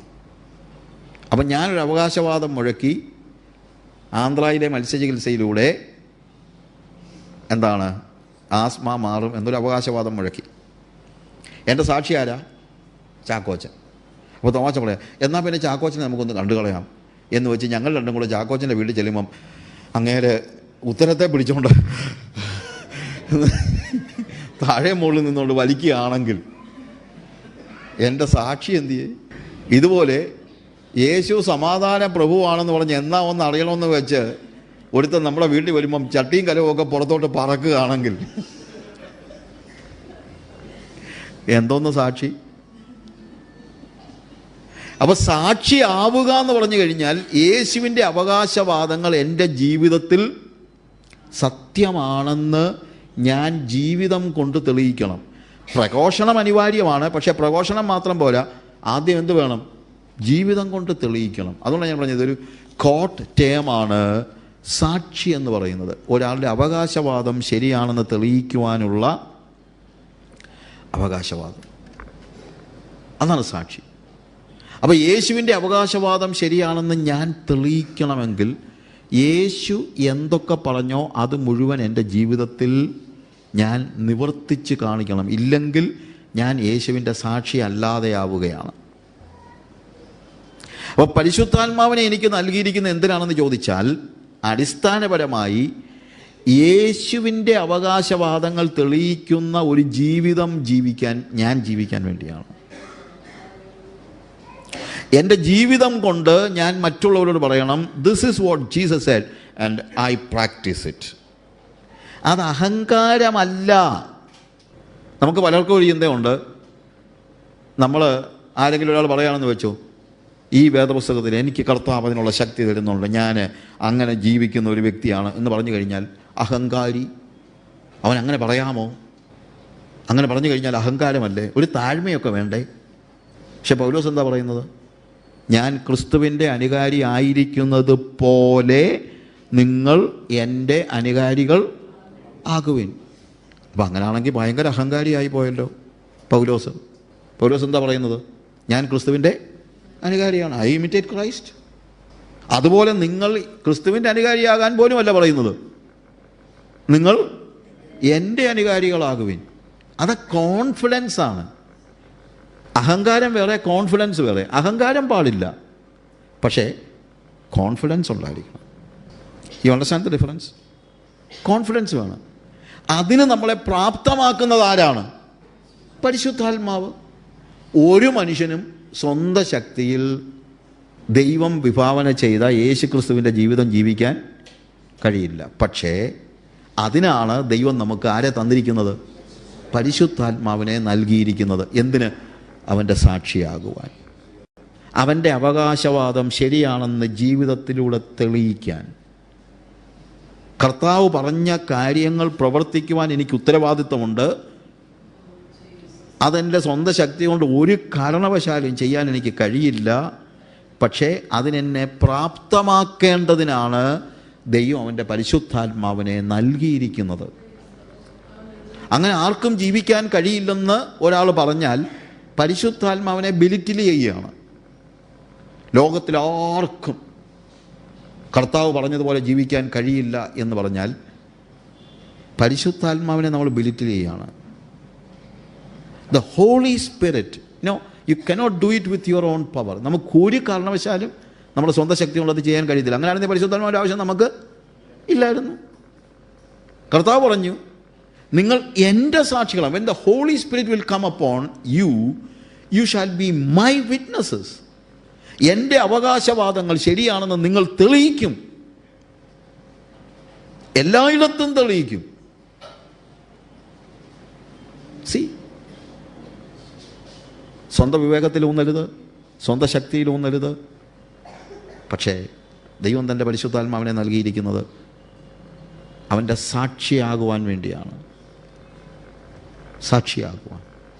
We need to see that we are living a life that is worthy for your call. അതിനുവേണ്ടി യേശു എന്നെ വിളിച്ചപ്പോൾ എങ്ങനെ ജീവിക്കണമെന്ന് യേശു ആഗ്രഹിക്കുന്നു അതുപോലെ ജീവിക്കാൻ എനിക്ക് ശക്തിയില്ല. പക്ഷേ അവൻ്റെ ആത്മാവ് എന്തിനു വേണ്ടി തന്നിരിക്കുന്നു? സാക്ഷിയാകുവാൻ വേണ്ടി. അതാണ് 1-ാം നൂറ്റാണ്ടിലെ ജീവിതം. അവരുടെ ജീവിതത്തിൽ ഒരു പാളിച്ചയും പറ്റിയില്ലെന്നല്ല അതിനർത്ഥം. അവരുടെ ജീവിതത്തിൽ യാതൊരു പാളിച്ചയും പറ്റിയില്ല എന്നല്ല. ഇവരുടെ ജീവിതത്തിൽ പിന്നീട് പറ്റിയിട്ടുള്ള പല പാളിച്ചകളുണ്ട്. പരിശുദ്ധാത്മാവിനെ അറിഞ്ഞതിന് ശേഷവും പറ്റിയിട്ടുള്ള പല കാര്യങ്ങളുണ്ട്. അവിടെയും പിറുപിറുപ്പുണ്ടായിട്ടുണ്ട്. നമ്മളതിനെക്കുറിച്ച് പിന്നീട് പഠിക്കാം, അല്ലേ? സഭയിൽ പിറുപിറുപ്പുണ്ടായിട്ടുണ്ട്, പ്രശ്നങ്ങളുണ്ടായിട്ടുണ്ട്. പക്ഷെ വേറൊരു കാര്യമുണ്ട്, അതിനെയെല്ലാം പരിഹരിക്കത്തക്ക രീതിയിൽ ആത്മനിയന്ത്രിതരായ ആളുകളെ പിന്നെയും അവർ തിരഞ്ഞെടുത്തു. സഭയിലൊരു പ്രശ്നം ഉണ്ടായപ്പോഴും പറഞ്ഞതാണ്, you find someone who is full of spirit and wisdom. അപ്പോൾ പ്രതിസന്ധി ഉണ്ടായിക്കഴിഞ്ഞാൽ വീണ്ടും നമുക്ക് വേണ്ടത് ആത്മനിറവുള്ളവരെയാണ്, അല്ലാതെ ഭരണ നിപുണതയുള്ളവരെയല്ല. നമ്മൾ പറയുന്ന എന്തെങ്കിലും ഒരു പ്രശ്നം ഉണ്ടെങ്കിൽ ഉടനെ തന്നെ അത് ഹാൻഡിൽ ചെയ്യാൻ കപ്പാസിറ്റി ഉള്ള 4 പേരെ നമ്മൾ കണ്ടെത്തിയാട്ടെ എന്നാണ്. അങ്ങനല്ല സഭയുടെ പാരമ്പര്യം. സഭയുടെ പാരമ്പര്യം പ്രശ്നങ്ങളുണ്ടാകുമ്പോൾ വീണ്ടും ആരെ തന്നെ നോക്കണം? ആത്മനിറവുള്ളവരെ. കാര്യം പരിശുദ്ധാത്മാവിന് മാത്രമേ നമ്മളെ ആ നിലയിൽ കൊണ്ടുപോകാൻ കഴിയുകയുള്ളൂ എന്ന് നമ്മൾ മനസ്സിലാക്കണം. സ്വർഗ്ഗാരോഹണത്തിന് ശേഷമാണ് ഈ കാര്യങ്ങളെക്കുറിച്ച് നമ്മൾ കാണുന്നത്. എന്നാൽ അവിടെ ഈ പെന്തിക്കോസ്തിനെ കുറിച്ച് പറയുമ്പോൾ 8-ാമത്തെ വാക്യം നമ്മൾ വായിക്കുമ്പോൾ അവിടെ കാണുന്ന ഒരു കാര്യം, എന്നാൽ പരിശുദ്ധാത്മാവ് നിങ്ങളുടെ മേൽ വരുമ്പോൾ നിങ്ങൾ ശക്തി ലഭിച്ചിട്ട് യെരുശലേമിലും യഹൂദയിൽ എല്ലായിടത്തും ശമരിയയിലും ഭൂമിയുടെ അറ്റത്തോളവും എൻ്റെ സാക്ഷികളാകും. ഇതിനെക്കുറിച്ച് ആർ സ്റ്റാൻലി പറഞ്ഞൊരു കാര്യമുണ്ട്. There is A Pentecostal power and there is A Pentecostal project. നമ്മൾ ഇവിടെ എല്ലാം പ്രോജക്റ്റ് എന്നെപ്പോഴും പറയുന്ന അർത്ഥത്തിലല്ല ആർ സ്റ്റാൻലി അത് ഉപയോഗിച്ചിരിക്കുന്നത്. പെന്തിക്കോസ്തിനെ കുറിച്ച് പറയുമ്പോൾ അവിടെ പറഞ്ഞിരിക്കുന്ന you shall receive power when the holy spirit will come upon you. പരിശുദ്ധാത്മാവ് നിങ്ങളുടെ മേൽ വരുമ്പോൾ നിങ്ങൾക്ക് ശക്തി ലഭിച്ചിട്ട്. അപ്പോൾ ശക്തി അവിടെ ഉണ്ട്, പക്ഷേ അത് പരിശുദ്ധാത്മാവിൻ്റെ ശക്തിയാണ്, അല്ലാതെ ബോഡിയുടെ ശക്തിയൊന്നുമല്ല. കുലുങ്ങുന്നതും ചാടുന്നതും ഒന്നുമല്ല അവിടുത്തെ കാര്യം. It is a power of the holy spirit. When the spirit of the lord will come upon you, you shall receive power.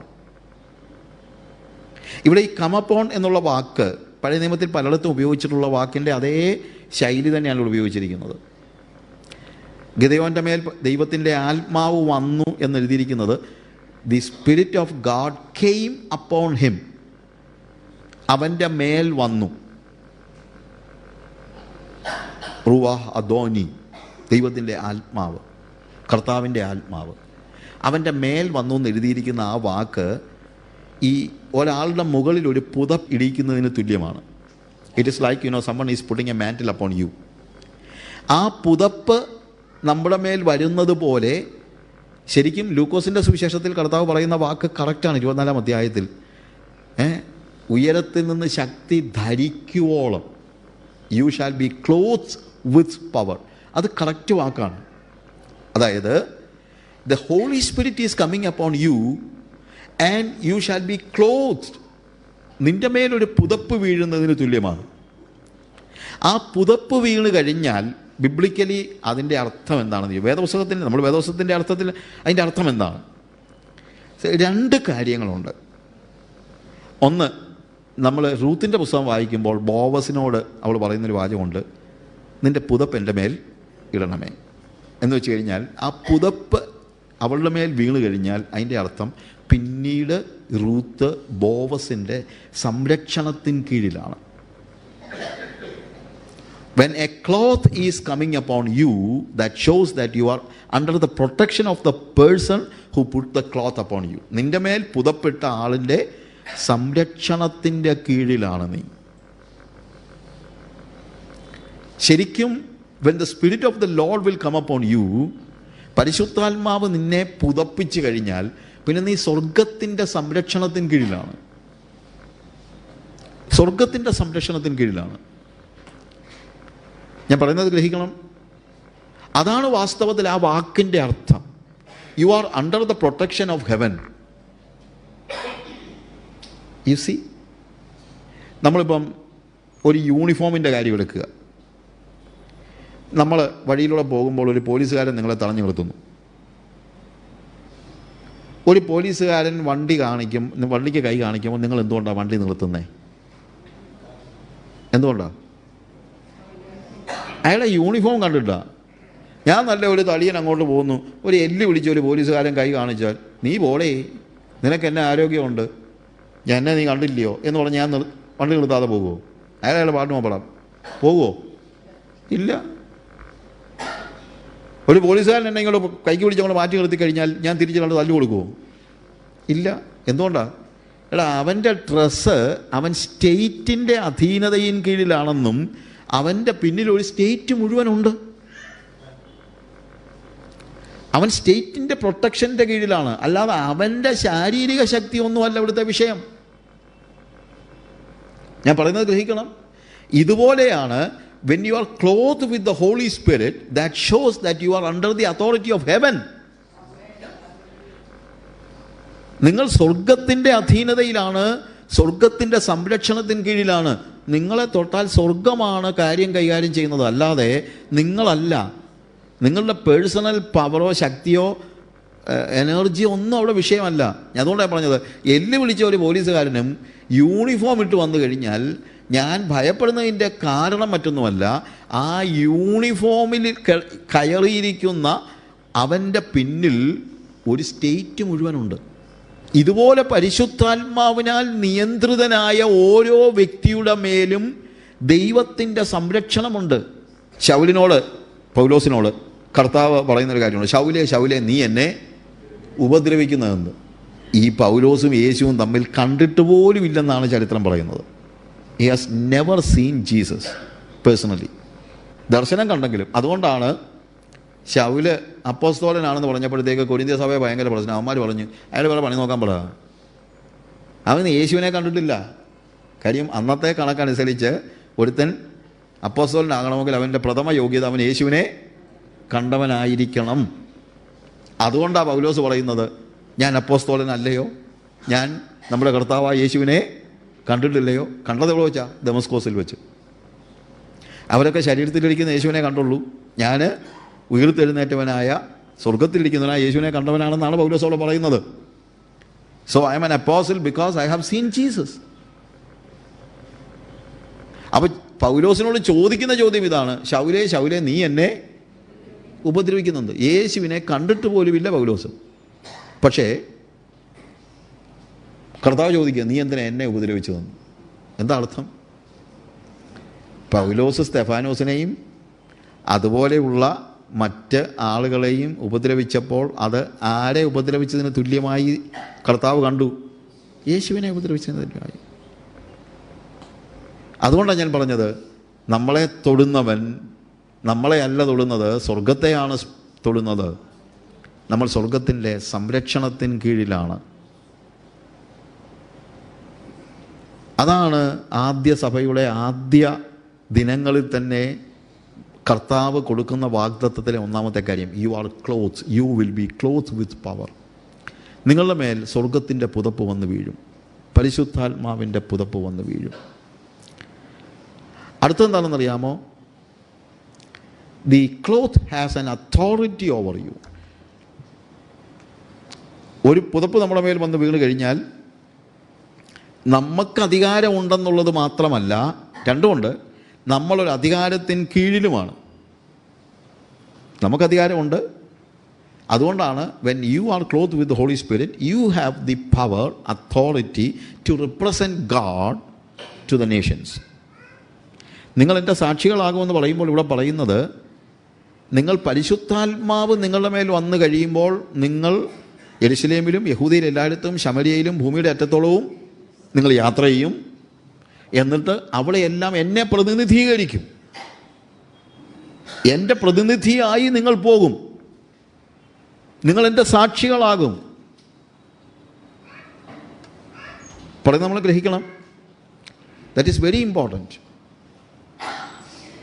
അങ്ങനെ നമ്മൾ പരിശുദ്ധാത്മാവിനാൽ പുതപ്പിക്കപ്പെട്ട് കഴിഞ്ഞാൽ പിന്നീട് നമ്മൾ ചെയ്യുന്ന ഏത് പ്രവൃത്തിക്കും സ്വർഗത്തിൻ്റെ പിൻബലമുണ്ട്. സ്വർഗത്തിൻ്റെ പ്രൊട്ടക്ഷൻ മാത്രമല്ല, നമ്മൾ സ്വർഗത്തെ പ്രതിനിധീകരിച്ചാണ് പോകുന്നത്. When you are clothe with the holy spirit. മൂന്നാമത്തെ അർത്ഥം, when you are clothe with the holy spirit you are under the authority of holy spirit, under the authority of heaven. അതായത് ഒന്ന്, നമുക്ക് അധികാരമുണ്ടെന്ന് തന്നെയല്ല, ഒന്ന് നമുക്ക് പ്രൊട്ടക്ഷനുണ്ട്, രണ്ട് നമുക്ക് അധികാരമുണ്ട്, മൂന്ന് നമ്മളൊരു അധികാരത്തിൻ്റെ കീഴിലുമാവുകയാണ്. പിന്നെ we are controlled by the holy spirit. അതിനൊരു ഉദാഹരണം പറഞ്ഞു കഴിഞ്ഞാൽ, ഏലീശായുടെയും ഏലിയാവിൻ്റെയും ചരിത്രം നമ്മളൊന്ന് ആലോചിക്കുക. ഏലിയാവ് ഇങ്ങനെ നടന്നു പോയപ്പോൾ ഒരു യുവാവ്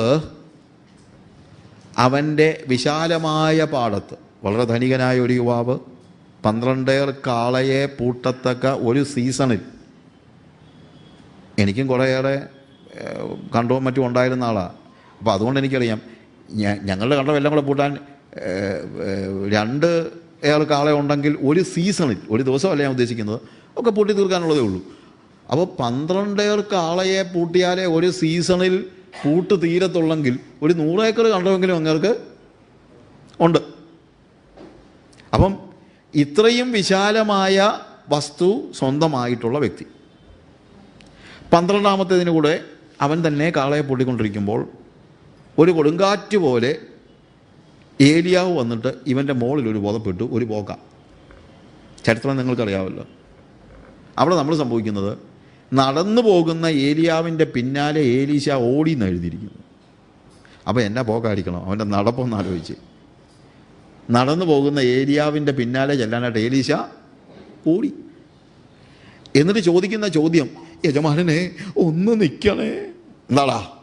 ഞാൻ ഈ ഇമാജിൻ ചെയ്ത് പറയാം, ഞാൻ എൻ്റെ അപ്പനെ പോയി ഒന്ന് ചുംബിക്കാനുള്ള അനുവാദം എനിക്ക് തരണം. ഞാൻ പോയി വീട്ടിൽ പോയി അപ്പനൊരു ഉമ്മ കൊടുത്തിട്ട് വരട്ടെ. നമ്മളാണ് എന്താ പറയും? അതിനിപ്പോൾ എന്നോട് എന്തിനാണ് ചോദിക്കുന്നത്? നിൻ്റെ അപ്പനെ ഉമ്മ വെക്കണമെങ്കിൽ, നിൻ്റെ അപ്പനെ ചുംബിക്കണമെങ്കിൽ എന്നോട് ചോദിക്കണോ? ഇല്ലേ? ഇല്ല. ചോദിച്ചാലേ പറ്റൂ. എന്നാ? പുതപ്പ് വീണു, അത്രയേ ഉള്ളൂ, വേറെ ഒന്നുമില്ല. പുതപ്പ് വീണ് കഴിഞ്ഞാൽ സ്വന്തം അപ്പനെ ചുംബിക്കണമെങ്കിലും ആര് പുതപ്പിട്ടോ അവൻ്റെ അനുവാദം ഉണ്ടെങ്കിലേ പറ്റൂ. ഏലിയാവെന്നാ പറയുന്നത്, ശരി പൊക്കോ, പക്ഷേ ഞാൻ നിനക്ക് എന്ത് ചെയ്തെന്നുള്ളത് ഓർത്തോണം. എന്തുവാ ചെയ്തത്? പുതപ്പിട്ടു. അല്ലാതെ എന്താ? എന്താ അതിൻ്റെ അർത്ഥം? ഈ പുതപ്പ് വീണ ആ നിമിഷം മുതൽ 100% ഏലീശായുടെ മുഴുവൻ പ്രവൃത്തിയും നിയന്ത്രിക്കുന്നത് ഏലിയാവാണ്. ഏലീശായിക്ക് എന്ത് ചെയ്യണമെങ്കിലും, സ്വന്തം അപ്പനെ ചുംബിക്കണമെങ്കിൽ പോലും ഏലിയാവിൻ്റെ അനുവാദം വേണം. ഇതുപോലെ if you are clothe with the holy spirit, പരിശുദ്ധാത്മാവിനാൽ പുതപ്പിക്കപ്പെടുന്നു എങ്കിൽ പിന്നീട് സ്വന്തം അപ്പനെ ചുംബിക്കാൻ പോലും പരിശുദ്ധാത്മാവ് അനുവദിക്കണം. ഞാൻ ചിലപ്പോൾ പറയാറുണ്ട്, ഒരു ചായ കുടിക്കണമെങ്കിലും ആത്മാവിനോട് ചോദിച്ചിട്ട് വേണമെന്ന്. ഇങ്ങനെ പരത്തി ഞാനങ്ങ് പറഞ്ഞതാ, പക്ഷേ സത്യം അതാ. ഒരു എക്സ്ട്രാ ചായ കുടിക്കണമെങ്കിൽ പോലും പരിശുദ്ധാത്മാവിനോട്. കാര്യം അതാണ് ആത്മനിയന്ത്രിത ജീവിതം. ചായ കുടിക്കുന്നതിനെ കുറിച്ചല്ല ഞാൻ പറയുന്നത്. Every act of mind is controlled by the holy Spirit. ആത്മനിയന്ത്രിതമായ അവസ്ഥ. പിന്നെ എനിക്ക് എൻ്റേതായ തീരുമാനങ്ങളോ ചിന്തകളോ ഒന്നുമില്ല. I am controlled by the Spirit. പരിശുദ്ധാത്മ നിയന്ത്രിതമായ അവസ്ഥയാണ് പിന്നീട് നമ്മൾ കാണുന്നത്. ആ ആത്മനിയന്ത്രിതമായ അവസ്ഥയിൽ നമ്മളെ സംബന്ധിച്ചിടത്തോളം പിന്നീട് എന്താണെന്നറിയാമോ?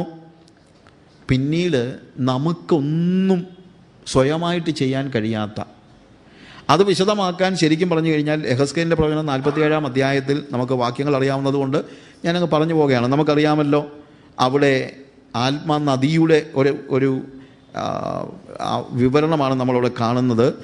അവൻ എന്നെ ആലയത്തിൻ്റെ പ്രവേശനത്തിൽ മടക്കി കൊണ്ടുവന്നപ്പോൾ ആലയത്തിൻ്റെ ഉമ്മരപ്പടിയുടെ കീഴേ നിന്ന് വെള്ളം കിഴക്കോട്ട് പുറപ്പെടുന്നത് കണ്ടു. ആലയത്തിൻ്റെ മുഖം കിഴക്കോട്ടല്ലോ, ആ വെള്ളം ആലയത്തിൻ്റെ വലത്ത് ഭാഗത്ത് കീഴേ നിന്ന് യാഗപടത്തിന് തെക്കുവശമായി ഒഴുകി ഞാൻ വടക്കോട്ടുള്ള ഗോപുരത്തിൽ കൂടി എന്നെ പുറത്തു കൊണ്ടുചെന്ന് പുറത്തെ വഴിയായി കിഴക്കോട്ടുള്ള ദർശനമുള്ള ഗോപുരത്തിൽ കൂടി പുറത്തെ ഗോപുരത്തിലേക്ക് ചുറ്റിക്കൊണ്ടുപോയി വെള്ളം വലത്ത് ഭാഗത്തുകൂടി ഒഴുകുന്ന ഞാൻ കണ്ടു. ഞാനിതൊന്ന് നോക്കിയപ്പോഴുണ്ടല്ലോ, എല്ലായിടത്തും വെള്ളമാണ്.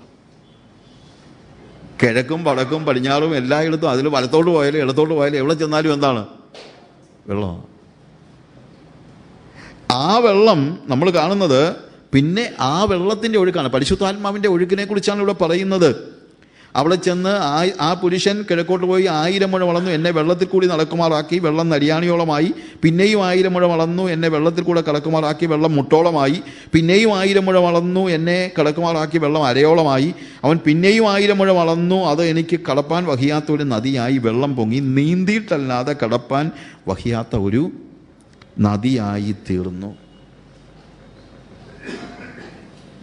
ഇവിടെ നമ്മൾ കാണുന്നത്, ആത്മാവിൻ്റെ നദിയിലൂടെ ഞാൻ നടന്ന് മുന്നോട്ട് പോകുമ്പോൾ ആദ്യം വെള്ളം ആങ്കിൾ ഡീപ്പ്, നരിയാണിയോളമായി. നമ്മൾ വെറുതെ ഫ്രീ ആയിട്ട് നടക്കുന്ന സ്പീഡിൽ ആങ്കിൾ ഡീപ്പേ വെള്ളം ഉള്ളെങ്കിൽ പോലും ആ സ്പീഡിൽ നമുക്ക് നടക്കാൻ കഴിയില്ല. നമുക്കൊരു ചെറിയ പിടുത്തമുണ്ട് എന്താണെങ്കിലും, അല്ലേ? നമ്മൾ ഡ്രൈ ലാൻഡിൽ കൂടെ നടക്കുന്നത് പോലെ ഒരിക്കലും നമുക്ക് എന്ത് ചെയ്യാൻ പറ്റത്തില്ല, വെള്ളത്തിനകത്തോട് നടക്കാൻ കഴിയില്ല. ഇതുപോലെ പരിശുദ്ധാത്മാവിൻ്റെ ഏറ്റവും ചെറിയ അളവിൽ പോലും നമ്മുടെ മേൽ ആത്മാവിന് നിയന്ത്രണമുണ്ട്. പക്ഷേ അതൊരു സമ്പൂർണ്ണ നിയന്ത്രണമല്ല. ഞാൻ നരിയാണിയോളമുള്ള വെള്ളത്തിൽ കൂടെ നടക്കുമ്പോഴും എനിക്ക് പോകേണ്ടിടത്തോട്ട് എനിക്ക് പോകാം, പക്ഷേ ആ സ്പീഡ് പറ്റത്തില്ലെന്നുള്ളതേ ഉള്ളൂ.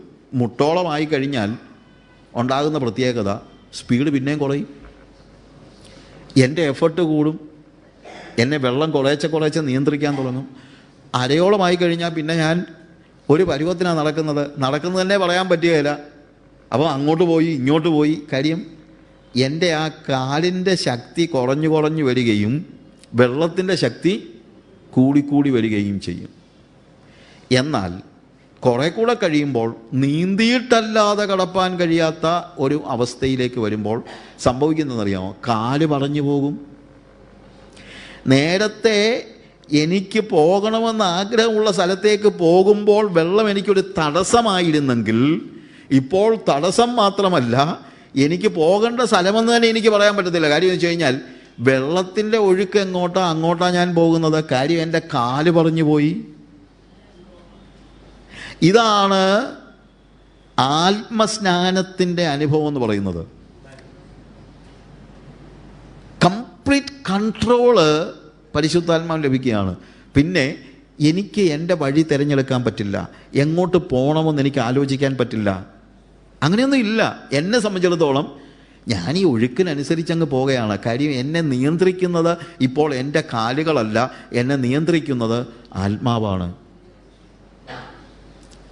അതാണ് when the Spirit of the Lord will come upon you, you will be under the control of the Holy Spirit, then you will not stand on your feet. എൻ്റെ സ്വന്തം കാലിൽ നിൽക്കാൻ എനിക്ക് കഴിയില്ല. എൻ്റെ സമ്പൂർണ്ണ നിയന്ത്രണം ആത്മാവ് ഏറ്റെടുക്കുന്നതായ ഒരവസ്ഥ. ഇതാണ് കർത്താവ് പറയുന്നത്. You will be clothed with the Holy Spirit. When the Holy Spirit will come upon you, നിന്റെ മേൽ ഒരു പുതപ്പ് പോലെ പരിശുദ്ധാത്മാവ് വന്ന് വീണ് കഴിയുമ്പോൾ പിന്നെ നിനക്ക് നിന്നെ തന്നെ കൺട്രോൾ ചെയ്യാൻ കഴിയില്ല. നിന്റെ ചിന്തകളെ നിയന്ത്രിക്കുന്നത് ഞാനാണ്, നിന്റെ വഴികളെ നിയന്ത്രിക്കുന്നത് ഞാനാണ്, നിന്റെ മനോഭാവത്തെ നിയന്ത്രിക്കുന്നത് ഞാനാണ്, നിന്റെ കാഴ്ചപ്പാടുകളെ നിയന്ത്രിക്കുന്നത് ഞാനാണ്. ലോകത്തിന് എൻ്റെ മേൽ ഒരു നിയന്ത്രണവുമില്ലാത്ത ഒരവസ്ഥയിലേക്ക് നമ്മൾ വരും. അത് നരിയാണിയോളം നടക്കുമ്പോൾ ചിലപ്പോൾ ഉണ്ടായില്ലെന്നിരിക്കും, മുട്ടോളം നടക്കുമ്പോൾ ചിലപ്പോൾ ഉണ്ടായില്ലെന്നിരിക്കും, അരയോളം നടക്കുമ്പോൾ ഉണ്ടായില്ലെന്നിരിക്കും. പക്ഷേ നീന്തിയിട്ടല്ലാതെ കടപ്പാൻ കഴിയാത്ത ഒരവസ്ഥയിലേക്ക് നമ്മൾ വരുമ്പോൾ അതാണ് true baptism in the holy spirit. യഥാർത്ഥ സ്നാനം അതാ. അല്ലെങ്കിൽ തളിച്ചു മുക്കുന്നത് പോലെ വല്ലതും മോളി കുടിച്ചില്ല വെള്ളം ഒഴിച്ചാലൊന്നും അല്ല. ശരിക്കും നീന്തിയിട്ടല്ലാതെ കടപ്പാൻ കഴിയാത്ത ഒരവസ്ഥയിലാണ് പരിശുദ്ധാത്മ സ്നാനം പൂർണ്ണമാകുന്നത്. അപ്പോൾ മുതൽ എൻ്റെ കംപ്ലീറ്റ് കൺട്രോൾ ഹോളി സ്പിരിറ്റ് ഏറ്റെടുക്കുകയാണ്. പിന്നെ എൻ്റെ കണ്ണുകളെ നിയന്ത്രിക്കുന്നത് കർത്താവാണ്, എൻ്റെ കാതുകളെ നിയന്ത്രിക്കുന്നത് കർത്താവാണ്. എന്ത് കാണണമെന്നുള്ളത് ഞാനല്ല തീരുമാനിക്കുന്നത്, യേശുവാണ് തീരുമാനിക്കുന്നത്. എന്ത് കേൾക്കണമെന്നുള്ളത് ഞാനല്ല തീരുമാനിക്കുന്നത്, യേശുവാണ് തീരുമാനിക്കുന്നത്. എന്ത് പറയണമെന്നുള്ളത് എൻ്റെ നാവല്ല തീരുമാനിക്കുന്നത്. ഞാൻ ചിലപ്പം ഇങ്ങനെ ആലോചിക്കാറുണ്ട്, നമ്മുടെ ഓർഗൻസിൽ ഏറ്റവും കൂടുതൽ കൺട്രോൾ ഉള്ളത് നമ്മുടെ നാവിന്. കാര്യം കണ്ണ് നമുക്കിപ്പം കുറച്ച് നേരം തുറന്ന് വെക്കാം, കുറച്ച് കഴിഞ്ഞാൽ നമ്മൾ ഓട്ടോമാറ്റിക്കായിട്ട് നമ്മുടെ കണ്ണ് അടഞ്ഞു പോകും. കണ്ണിൻ്റെ മേൽ നമുക്കുള്ള നിയന്ത്രണം എന്ന് പറയുന്നത് ഉണ്ട്, പക്ഷേ അതൊരു കംപ്ലീറ്റ് കൺട്രോൾ നമ്മുടെ കണ്ണിൻ്റെ മേൽ നമുക്ക് പറ്റില്ല. കാര്യം നമ്മൾ കണ്ണ് തുറന്നു പോകും. അപ്പം എൻ്റെ ഓർഗൻസ് ഇപ്പം ചെവി, ഞാൻ കുറച്ച് നേരമൊക്കെ ചെവിയൊക്കെ പൊത്തിപ്പിടിച്ച് ഒന്ന് കേൾക്ക്, കുറച്ച് കഴിഞ്ഞാൽ ഞാൻ ഓട്ടോമാറ്റിക്കായിട്ട് എൻ്റെ കൈ അങ്ങോട്ടോ ഇങ്ങോട്ടോ ഒക്കെ മാറും, ഇല്ലേ? എൻ്റെ മൂക്ക് എനിക്ക് പൊത്താനോട്ട് പറ്റത്തേ ഇല്ല, ഇല്ലേ? അല്പമെങ്കിലും എനിക്ക് കൺട്രോൾ ചെയ്യാൻ പറ്റുന്ന എൻ്റെ ഓർഗൻ എന്ന് പറയുന്നത് നാക്കാണ്. മിണ്ടണ്ടാന്ന് വെച്ച് കഴിഞ്ഞാൽ ചിലർക്ക് പറ്റുകയില്ല, അത് വേറെ കാര്യം. പക്ഷേ ഞാൻ മിണ്ടുന്നില്ല എന്ന് ചിന്തിച്ചു കഴിഞ്ഞാൽ എനിക്ക് 10 ദിവസം മിണ്ടിയില്ലെങ്കിലും അതുകൊണ്ട് മാത്രം എനിക്ക് വേറെ അപകടമൊന്നും ഉണ്ടാകത്തില്ല. എൻ്റെ ഏറ്റവും കൂടുതൽ കൺട്രോളുള്ള ഒരു ഓർഗൻ എന്ന് പറയുന്നത് എൻ്റെ നാക്കാണ്. പക്ഷേ പരിശുദ്ധാത്മാവ് വന്നു കഴിഞ്ഞപ്പോൾ ആദ്യം കൺട്രോൾ നഷ്ടപ്പെട്ടത് അവരുടെ നാക്കിനാണ്. ഞാൻ പറഞ്ഞതിൻ്റെ വ്യത്യാസം മനസ്സിലാക്കണം. കാര്യം എന്താ? കർത്താവ് പറഞ്ഞ കാര്യം അതുപോലെ, വാഗ്ദത്തം അതുപോലെ നടക്കുകയാണ്. When the Spirit of the Lord will come upon you, you will be clothed with power. You will be clothed with the Holy Spirit. ആത്മാവ് നിങ്ങളുടെ മേൽ വന്ന് ഒരു പുതപ്പ് പോലെ വീഴും. പിന്നെ നിങ്ങളുടെ നിയന്ത്രണം ആരാ ഏറ്റെടുക്കുന്നത്? It is the Holy Spirit. Hallelujah. അപ്പോസ്തലപ്രവൃത്തി 1-ാം അധ്യായത്തിൻ്റെ 8-ാം വാക്യത്തിൽ നമ്മൾ വായിച്ച കാര്യമാണ്. ഞാൻ ജസ്റ്റ് അതൊന്ന് വിശദമാക്കിയതാണ്. ഇതെന്താണെന്ന് ചോദിച്ചു കഴിഞ്ഞാൽ, ആദ്യ സഭയിലെ ആദ്യ ദിനങ്ങളിൽ തന്നെ കർത്താവ് അവരോട് ഇടപെടുമ്പോൾ കർത്താവ് പറയാണ്, നിങ്ങളുടെ എംഫസിസ് മാറണം. ആദ്യത്തെ സഭ പെർഫെക്റ്റ് ആയിരുന്നെന്ന് ഞാൻ പറഞ്ഞല്ലോ. ആദ്യത്തെ സഭ പെർഫെക്റ്റ് ഒന്നും അല്ലായിരുന്നു. പക്ഷേ ആദ്യത്തെ സഭയെ കർത്താവ് പണിയുവാൻ അവരേൽപ്പിച്ചു കൊടുത്തു. അവിടെ കർത്താവ് പറയുന്നത് ആദ്യം തന്നെ നിങ്ങളുടെ മാറേണ്ടത് നിങ്ങളുടെ എംഫസിസ് ആണ്. ഇസ്രായേലിൻ്റെ രാജ്യം എന്നുള്ള നിങ്ങളുടെ എംഫസിസ് മാറി ദൈവരാജ്യമായിരിക്കണം നിങ്ങളുടെ എംഫസിസ്. ഇന്നും നമ്മുടെ എംഫസിസ് പലപ്പോഴും ഇസ്രായേലിൻ്റെ രാജ്യമാണ്, ഭരണമാണ്, പദവികളാണ്, പണമാണ്, സുഖമാണ്, ജഡിക സുഖങ്ങളാണ്, ഭൂമിയിലെ കാര്യങ്ങളാണ്. ഉയരത്തിലുള്ളത് ആരും ചിന്തിക്കുന്നില്ല, എല്ലാവരും ഭൂമിയിലുള്ളതാണ് ചിന്തിക്കുന്നത്. ഭൂമിയിലുള്ള അവയവങ്ങളെ മരിപ്പിപ്പിൻ എന്ന് പറഞ്ഞിടത്ത് ഭൂമിയിലുള്ള അവയവങ്ങളെ കിളിപ്പിക്കുക നമ്മൾ. പുതിയ പുതിയ അവയവങ്ങൾ എന്ന് വെച്ച് കഴിഞ്ഞാൽ അതുപോലെ നമ്മുടെ മോഹങ്ങൾ വർദ്ധിപ്പിക്കുന്ന പ്രസംഗങ്ങളാണ് കേൾക്കുന്നതെല്ലാം. ഇസ്രായേലിൻ്റെ രാജ്യത്തെക്കുറിച്ചേ പറയുന്നുള്ളൂ. ഇസ്രായേൽ എന്നുള്ള വാക്കൊന്നുമല്ല ഞാൻ ഉദ്ദേശിക്കുന്നത്. Always people are speaking about power, authority, money, chair, ഇല്ലേ, പദവികൾ.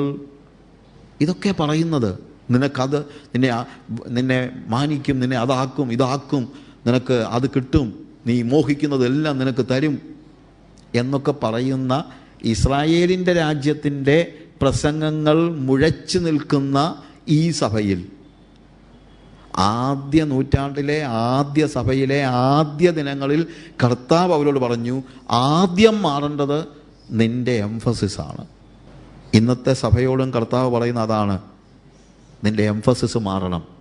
ഇസ്രായേലിൻ്റെ രാജ്യം മാറി ദൈവത്തിൻ്റെ രാജ്യം. പദവികളും ഭൂമിയിലെ കാര്യങ്ങളും ഒക്കെ വിട്ടിട്ട് ഉയരത്തിലുള്ളത് നീ ചിന്തിക്കണം.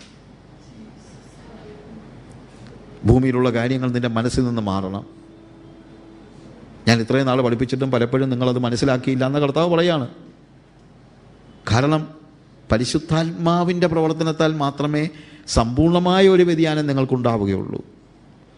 കർത്താവ് പറയുക, when the Holy Spirit will come upon you, you shall be clothed with power. നീ ശക്തിയാൽ ധരിക്കപ്പെടും.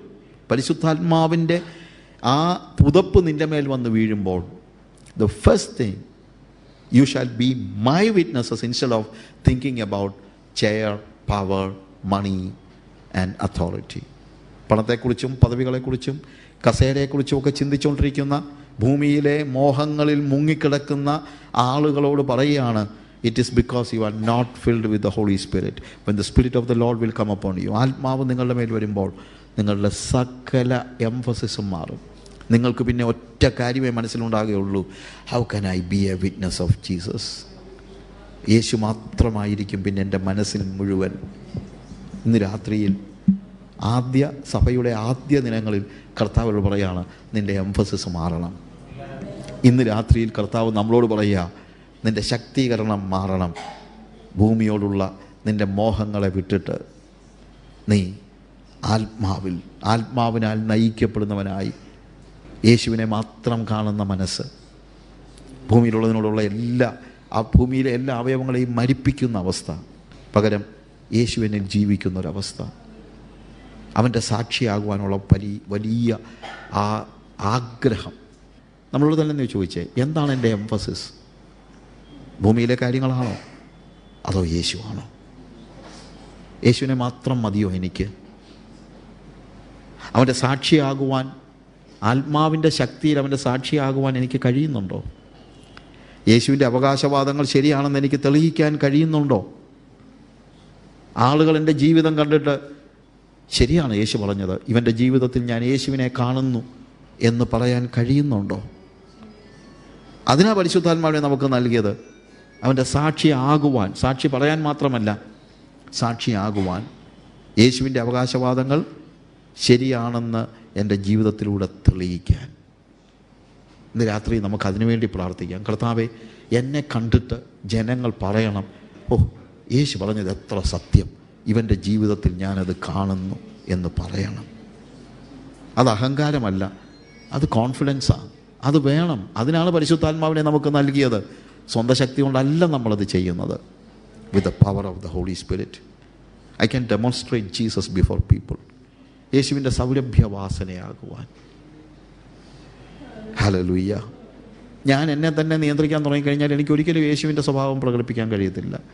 എന്തുകൊണ്ടാണ് എനിക്ക് യേശുവിൻ്റെ സാക്ഷിയാകാൻ കഴിയാത്തത്? ഇപ്പോഴും എൻ്റെ കാല് പറഞ്ഞിട്ടില്ല. എന്നാൽ നീന്തിയിട്ടല്ലാതെ കടപ്പാൻ കഴിയാത്തൊരവസ്ഥയിൽ വരുമ്പോൾ എൻ്റെ കാല് പറഞ്ഞു പോയി കഴിഞ്ഞാൽ പിന്നെ എന്നെ നിയന്ത്രിക്കുന്നത് വെള്ളത്തിൻ്റെ ഒഴുക്ക, എൻ്റെ കാലുകളല്ല. എൻ്റെ കാലുകളിൽ ഞാൻ നിന്നാൽ ആർക്കും യേശുവിനെ കാണാൻ കഴിയില്ല. ഞാൻ യേശുവിൻ്റെ സാക്ഷിയാകത്തില്ല. അതിനെന്താ അത്യാവശ്യം?